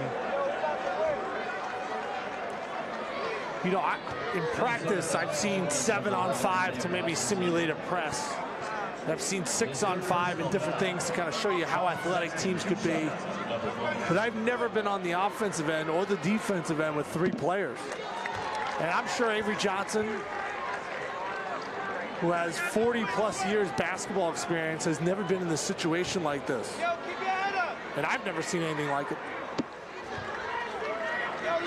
It's 3-on-5, a 2-man advantage for Minnesota. There is a hockey rink underneath this arena. This is where the Islanders play. You see it in hockey. You've never seen it in basketball. Jameer Harris for 3. And this game's all but decided now. 3-on-5. They'll double team Sexton as he comes across the timeline. I mean, you might see this in someone's front yard when you have 3 high school guys playing against maybe 4 or 5 younger children. Sexton a 3. No.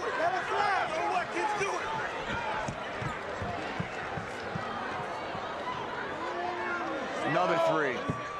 Too strong. Norris tips the rebound to himself. Sexton looks gassed right now. He's going to be facing a double team for the next 9+ minutes of this game. Realize there's a lot of people tuning in, not even fans of Alabama and Minnesota, that may have heard about what's transpired here at the Barclays Center. Alabama is playing with 3 players because their entire bench was ejected for coming onto the court during an altercation. Alabama had another player, Dazon Ingram, foul out. That cut him down to 4, and John Petty just rolled his ankle and can no longer go. That is why Alabama is down to 3 players: Riley Norris, Collin Sexton, and Galen Smith. As many players as our broadcast crew. 3, Kristen Balboni. It's just unlike anything we've ever seen before. I'm monitoring the comments. Vicky says, been watching basketball a long time, and I have never seen anything like this. Jerry says, nobody looks good at this point. Minnesota isn't going to get credit for beating up a team 5-on-3. A lot of people are saying, you know, they've never seen anything like this. In Minnesota, all they're doing is taking 3s. Take a snapshot of this, folks.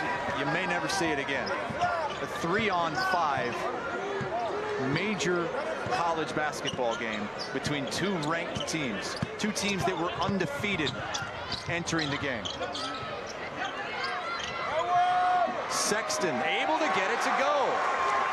It's a 10-point game. Let's see what Richard Pitino decides to do. He has been okay with them shooting 3s. Washington takes a deuce.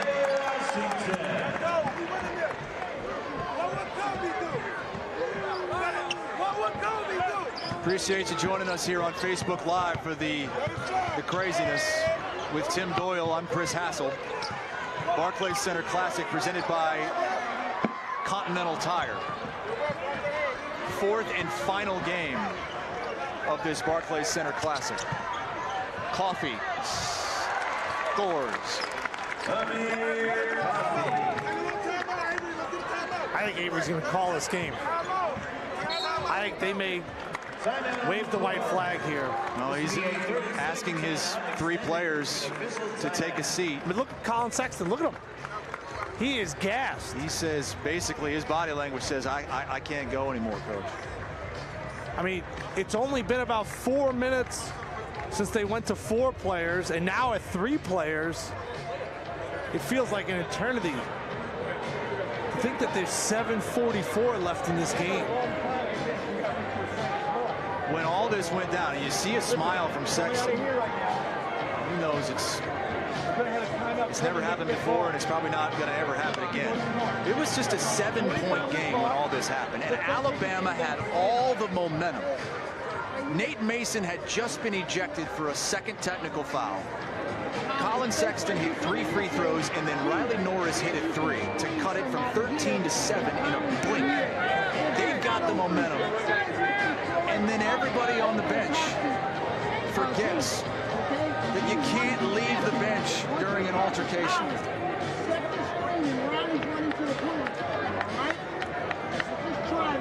Kristen? Yeah, guys, I just want to point out, as we see on the screen right here, Avery Johnson drawing up plays for his 3 players. This is, it's just unlike anything we've ever seen before. And as you guys pointed out, 7:44 left in this game.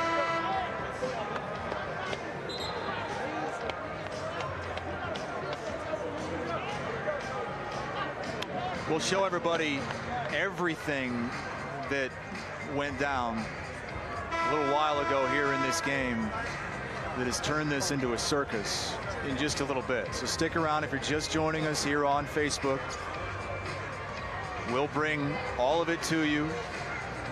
And Alabama forced to play the rest of the game with 3 players. Now Minnesota's just turning up the defense. They can take every chance they want. Sexton to the hoop. That wasn't 3 on 5. That was 1 on 5. 12-point game. Minnesota's been content to toss it around and just take jump shots as Alabama packs it in. Another 3 from Jameer Harris. I asked you, what do you do on defense when it's 5 on 4? You said all you can do is a 2-2 zone. So when it's 5 on 3, I guess it's a 1-2. Yeah, you just go out there and play a triangle and just hope they miss. Alabama's shown a lot of grit, a lot of toughness. I'm surprised Avery Johnson hasn't thrown the towel. But I've never seen anything like this. Somebody's going to write a book about this someday. And Avery Johnson's going to tell us exactly why he decided to keep going. And maybe he's going to point to this and say, hey, you guys that got ejected, you put these guys in this situation. They finished it off. They carry you, so you carry them the rest of the season. Maybe they can use this as a positive. But certainly, this is going to be tough to talk about as Sexton hits the 3. Collin Sexton, one of the best players in all college basketball. People saying a lock lottery pick. I agree with them. He's out there trying to carry his 2 teammates. Look at the hustle from Collin Sexton. 3 on 5, and he comes up with the steal. He has nothing left. Completely gassed, hands on hips. Can't even run. You got to go double the ball. Norris scores again. It's still just a 10-point game with 5.5 to play. This is wild. This is just target practice for the Gophers. Harris is just taking advantage of it. He's just going to step into another 3. The 3 players left on the court for Alabama, the 3 players that are still eligible to play: Collin Sexton, Riley Norris, and Galen Smith. 2 freshmen and a senior. Sexton still hustling. Overshadowed in this game is Jordan Murphy, the forward for the Gophers, had 19 points and 12 rebounds at the half. He hasn't done anything in the second half. There's the Harlem kid, Isaiah Washington, who's had a big game himself, had a big stretch there in the first half to help Minnesota lead by as many as 19. Sexton's got it back. Triple team. Norris picks up the dribble. 8 on the shot clock. Sexton's going to try to make something happen. Shoots it and hits! It's a 3!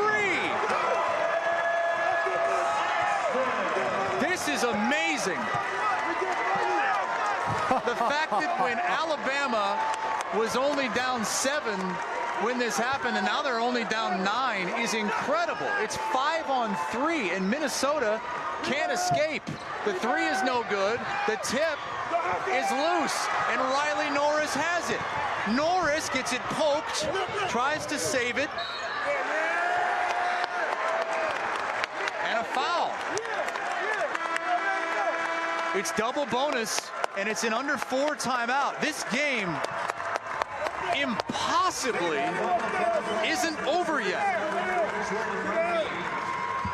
And for those of you who didn't catch it, and those of you who want to see it all again, this is how we got to this point of a 5 on 3. And Nate Mason, the senior guard from Minnesota, you see the shake and bake and then the stare at Collin Sexton, and then they started jawing. But the officials right there, you see the technical, that was the first one. And then as Mason was going back to the bench, he started jawing with players, coaches. Richard Pitino gets a technical, and this is where chaos erupts. All the players on Alabama's bench, they leave, they come on the floor. No punches are thrown, but the referees are left with no other choice. But everybody from the bench, they get the heave-ho. So Alabama, they're left with only 5 players. Ingram then picks up his 5th foul. Right there, he's gone. So now you're down to 4 players, and then it seemed like a possession later, John Petty, their sensational freshman, he turns his ankle. So Avery Johnson, who's played at the highest level, who's coached at the highest level, and is now coaching a top 25 team in Alabama. They're looking for a resume win, and they're playing with 3 players on the basketball floor, something I've never seen before in the history of basketball. 7 players ejected. Now, each team can continue to play if you can't court a team of 5, if you will. Other team members not eligible or able to play. That's the Article 2 from Rule 3 of the NCAA rulebook. Each team may continue to play with fewer than 5 players. That's the bullet point. When there's only 1 player for a participating team, that team shall forfeit unless the referee believes that both teams have an opportunity to win. Never thought we'd have to go to that rule. And never thought this game would still be in the balance with 3:48 to play. 8-point lead.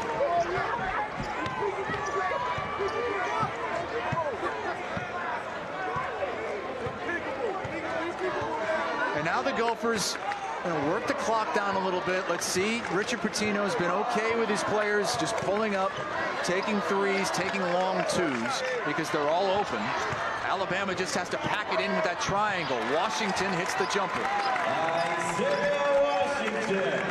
Collin Sexton totally gassed. He has 33 points in this game on 10 of 18 shooting. Sexton for 3. Got it!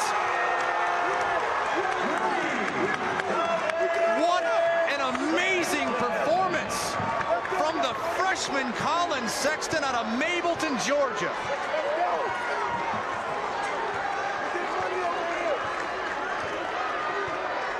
Since Alabama went to 3 players, they've outscored Minnesota.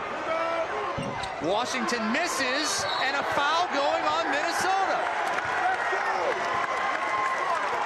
2:43 to play, and it's a 7-point game, and this entire crowd now outside of Minnesota fans are cheering on Alabama.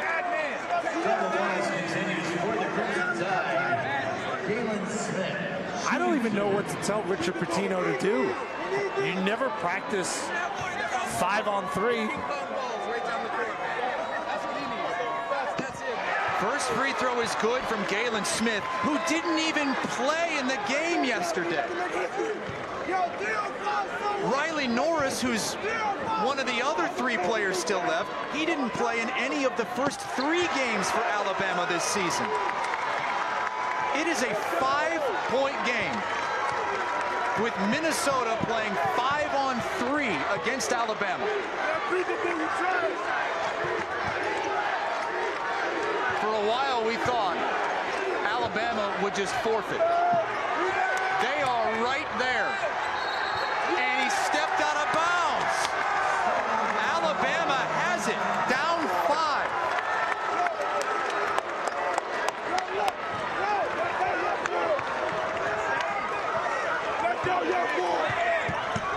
Sexton gets a screen. He's got trying to get Norris and Smith out of there. Too strong on the 3. If that would have went down, this whole place would have come down. 36 points for Collin Sexton. 2 minutes to play in this game.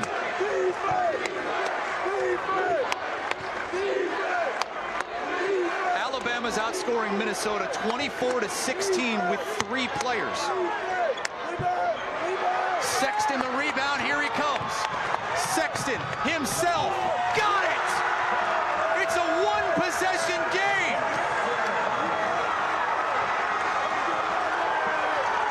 This place is up for grabs. Sexton the rebound!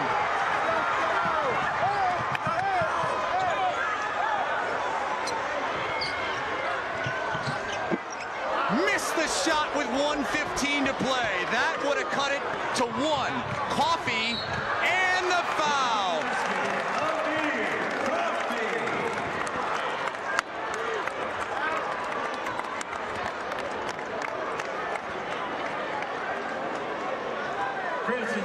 Minnesota back up 5 with 1:12 to play.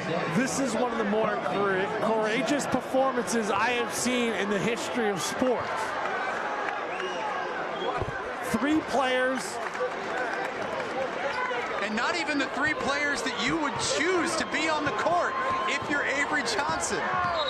He calls a timeout, down 6, 1:05 to play. Win or lose, and it probably will be lose. This is going to go down as one of the all-time gut checks in college basketball history. You know, I said around the 7-minute mark, I thought he'd wave the white flag. I thought he'd throw the towel. Hey, let's attack number 42. He can't move his feet at all. Let's listen to Avery Johnson talking to his 3 players. That's what I'm saying. I let Galen set the screen. Yeah. It's over with. Yes. Listen, this is the possession right here. Come on. If you're really good, if you're really hard, and aggressive. Right? If you can't get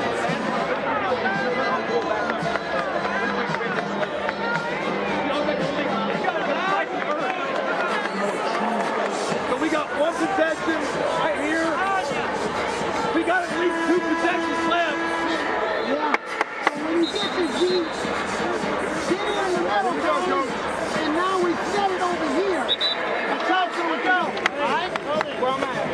Right here.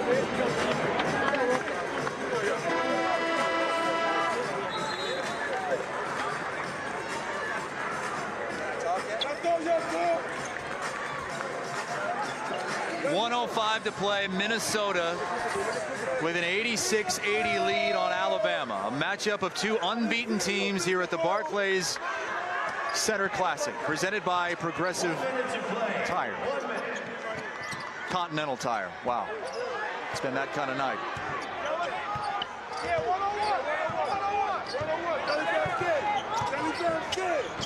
Sexton Down 6, 3 on 5. Dishes off. It's a dunk.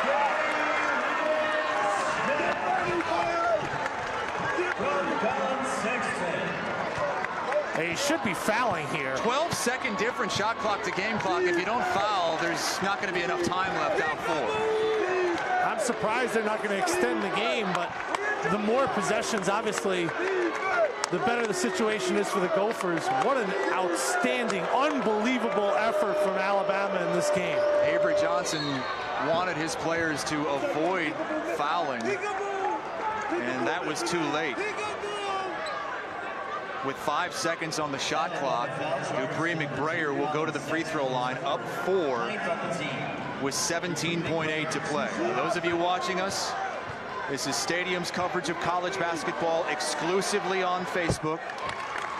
We'll have 40-plus games this season in college basketball. None will be as unique, bizarre, and circus-like as this one. Minnesota is going to survive, but what a performance by Alabama as the entire bench gets ejected. They actually outscore the Golden Gophers 3 on 5.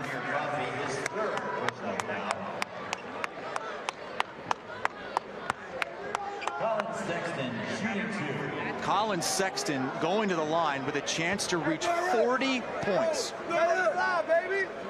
Sitting on 38.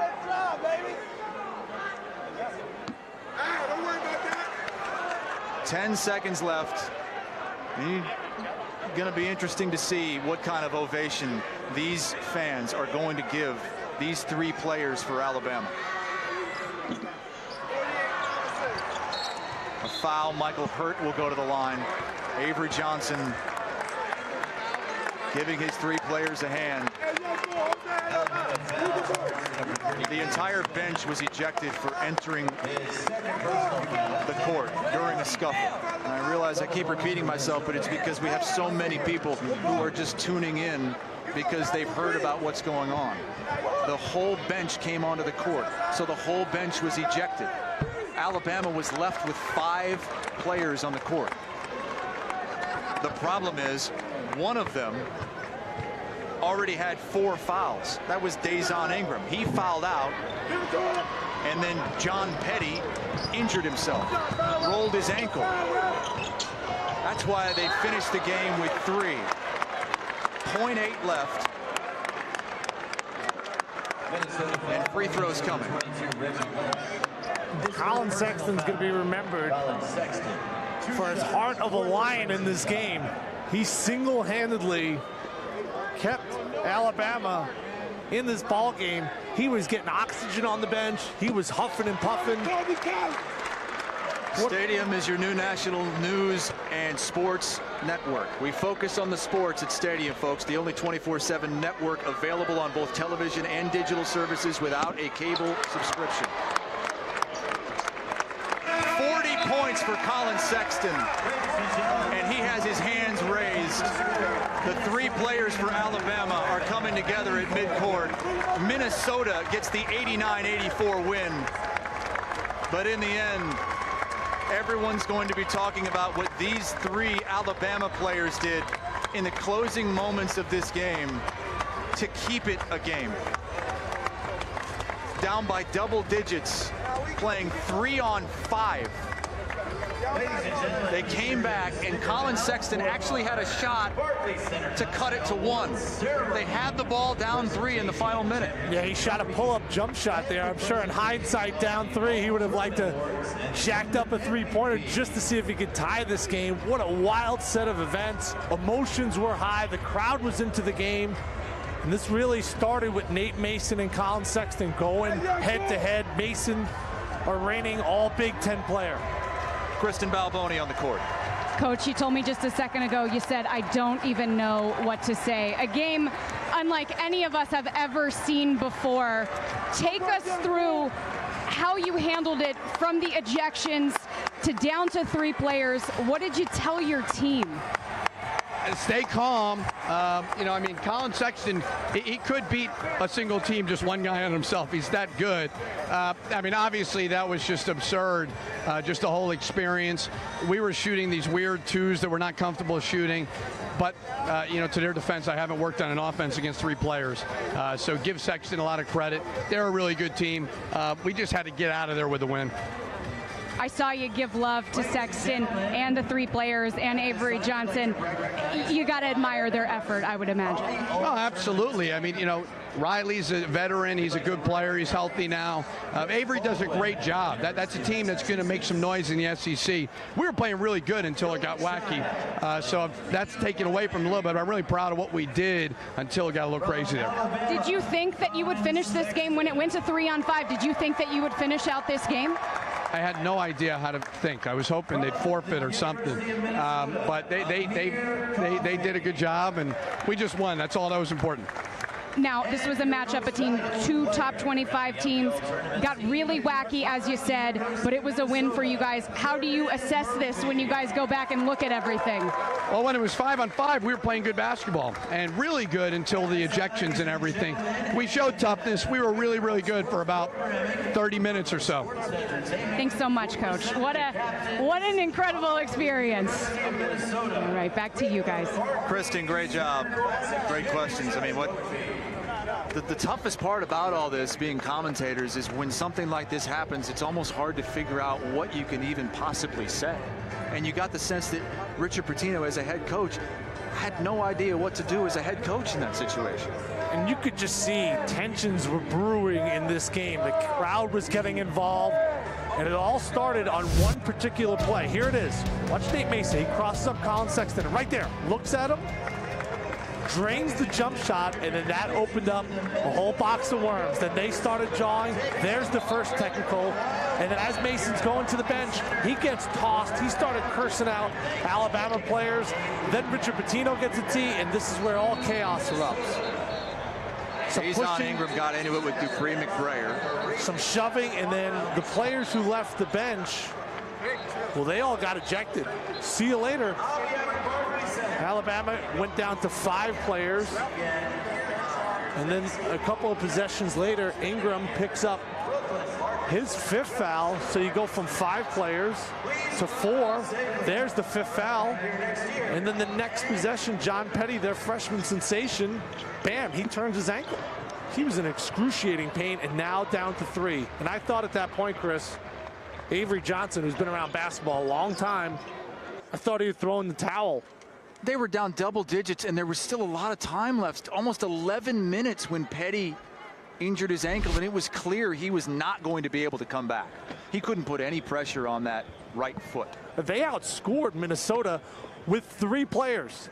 They only had 3 players for the remaining 7+ minutes of this game, and they outscored the Gophers and had a chance to tie the game. They made it a 1-possession game. Collin Sexton was outrageous in this game. He had 40 points. Thought Alabama showed a lot of heart, a lot of determination. I think that coaching staff could have done a better job of keeping their players on the bench, but things escalated so quick here, from the Mason to the ejections to the fight, and then down to 3 players.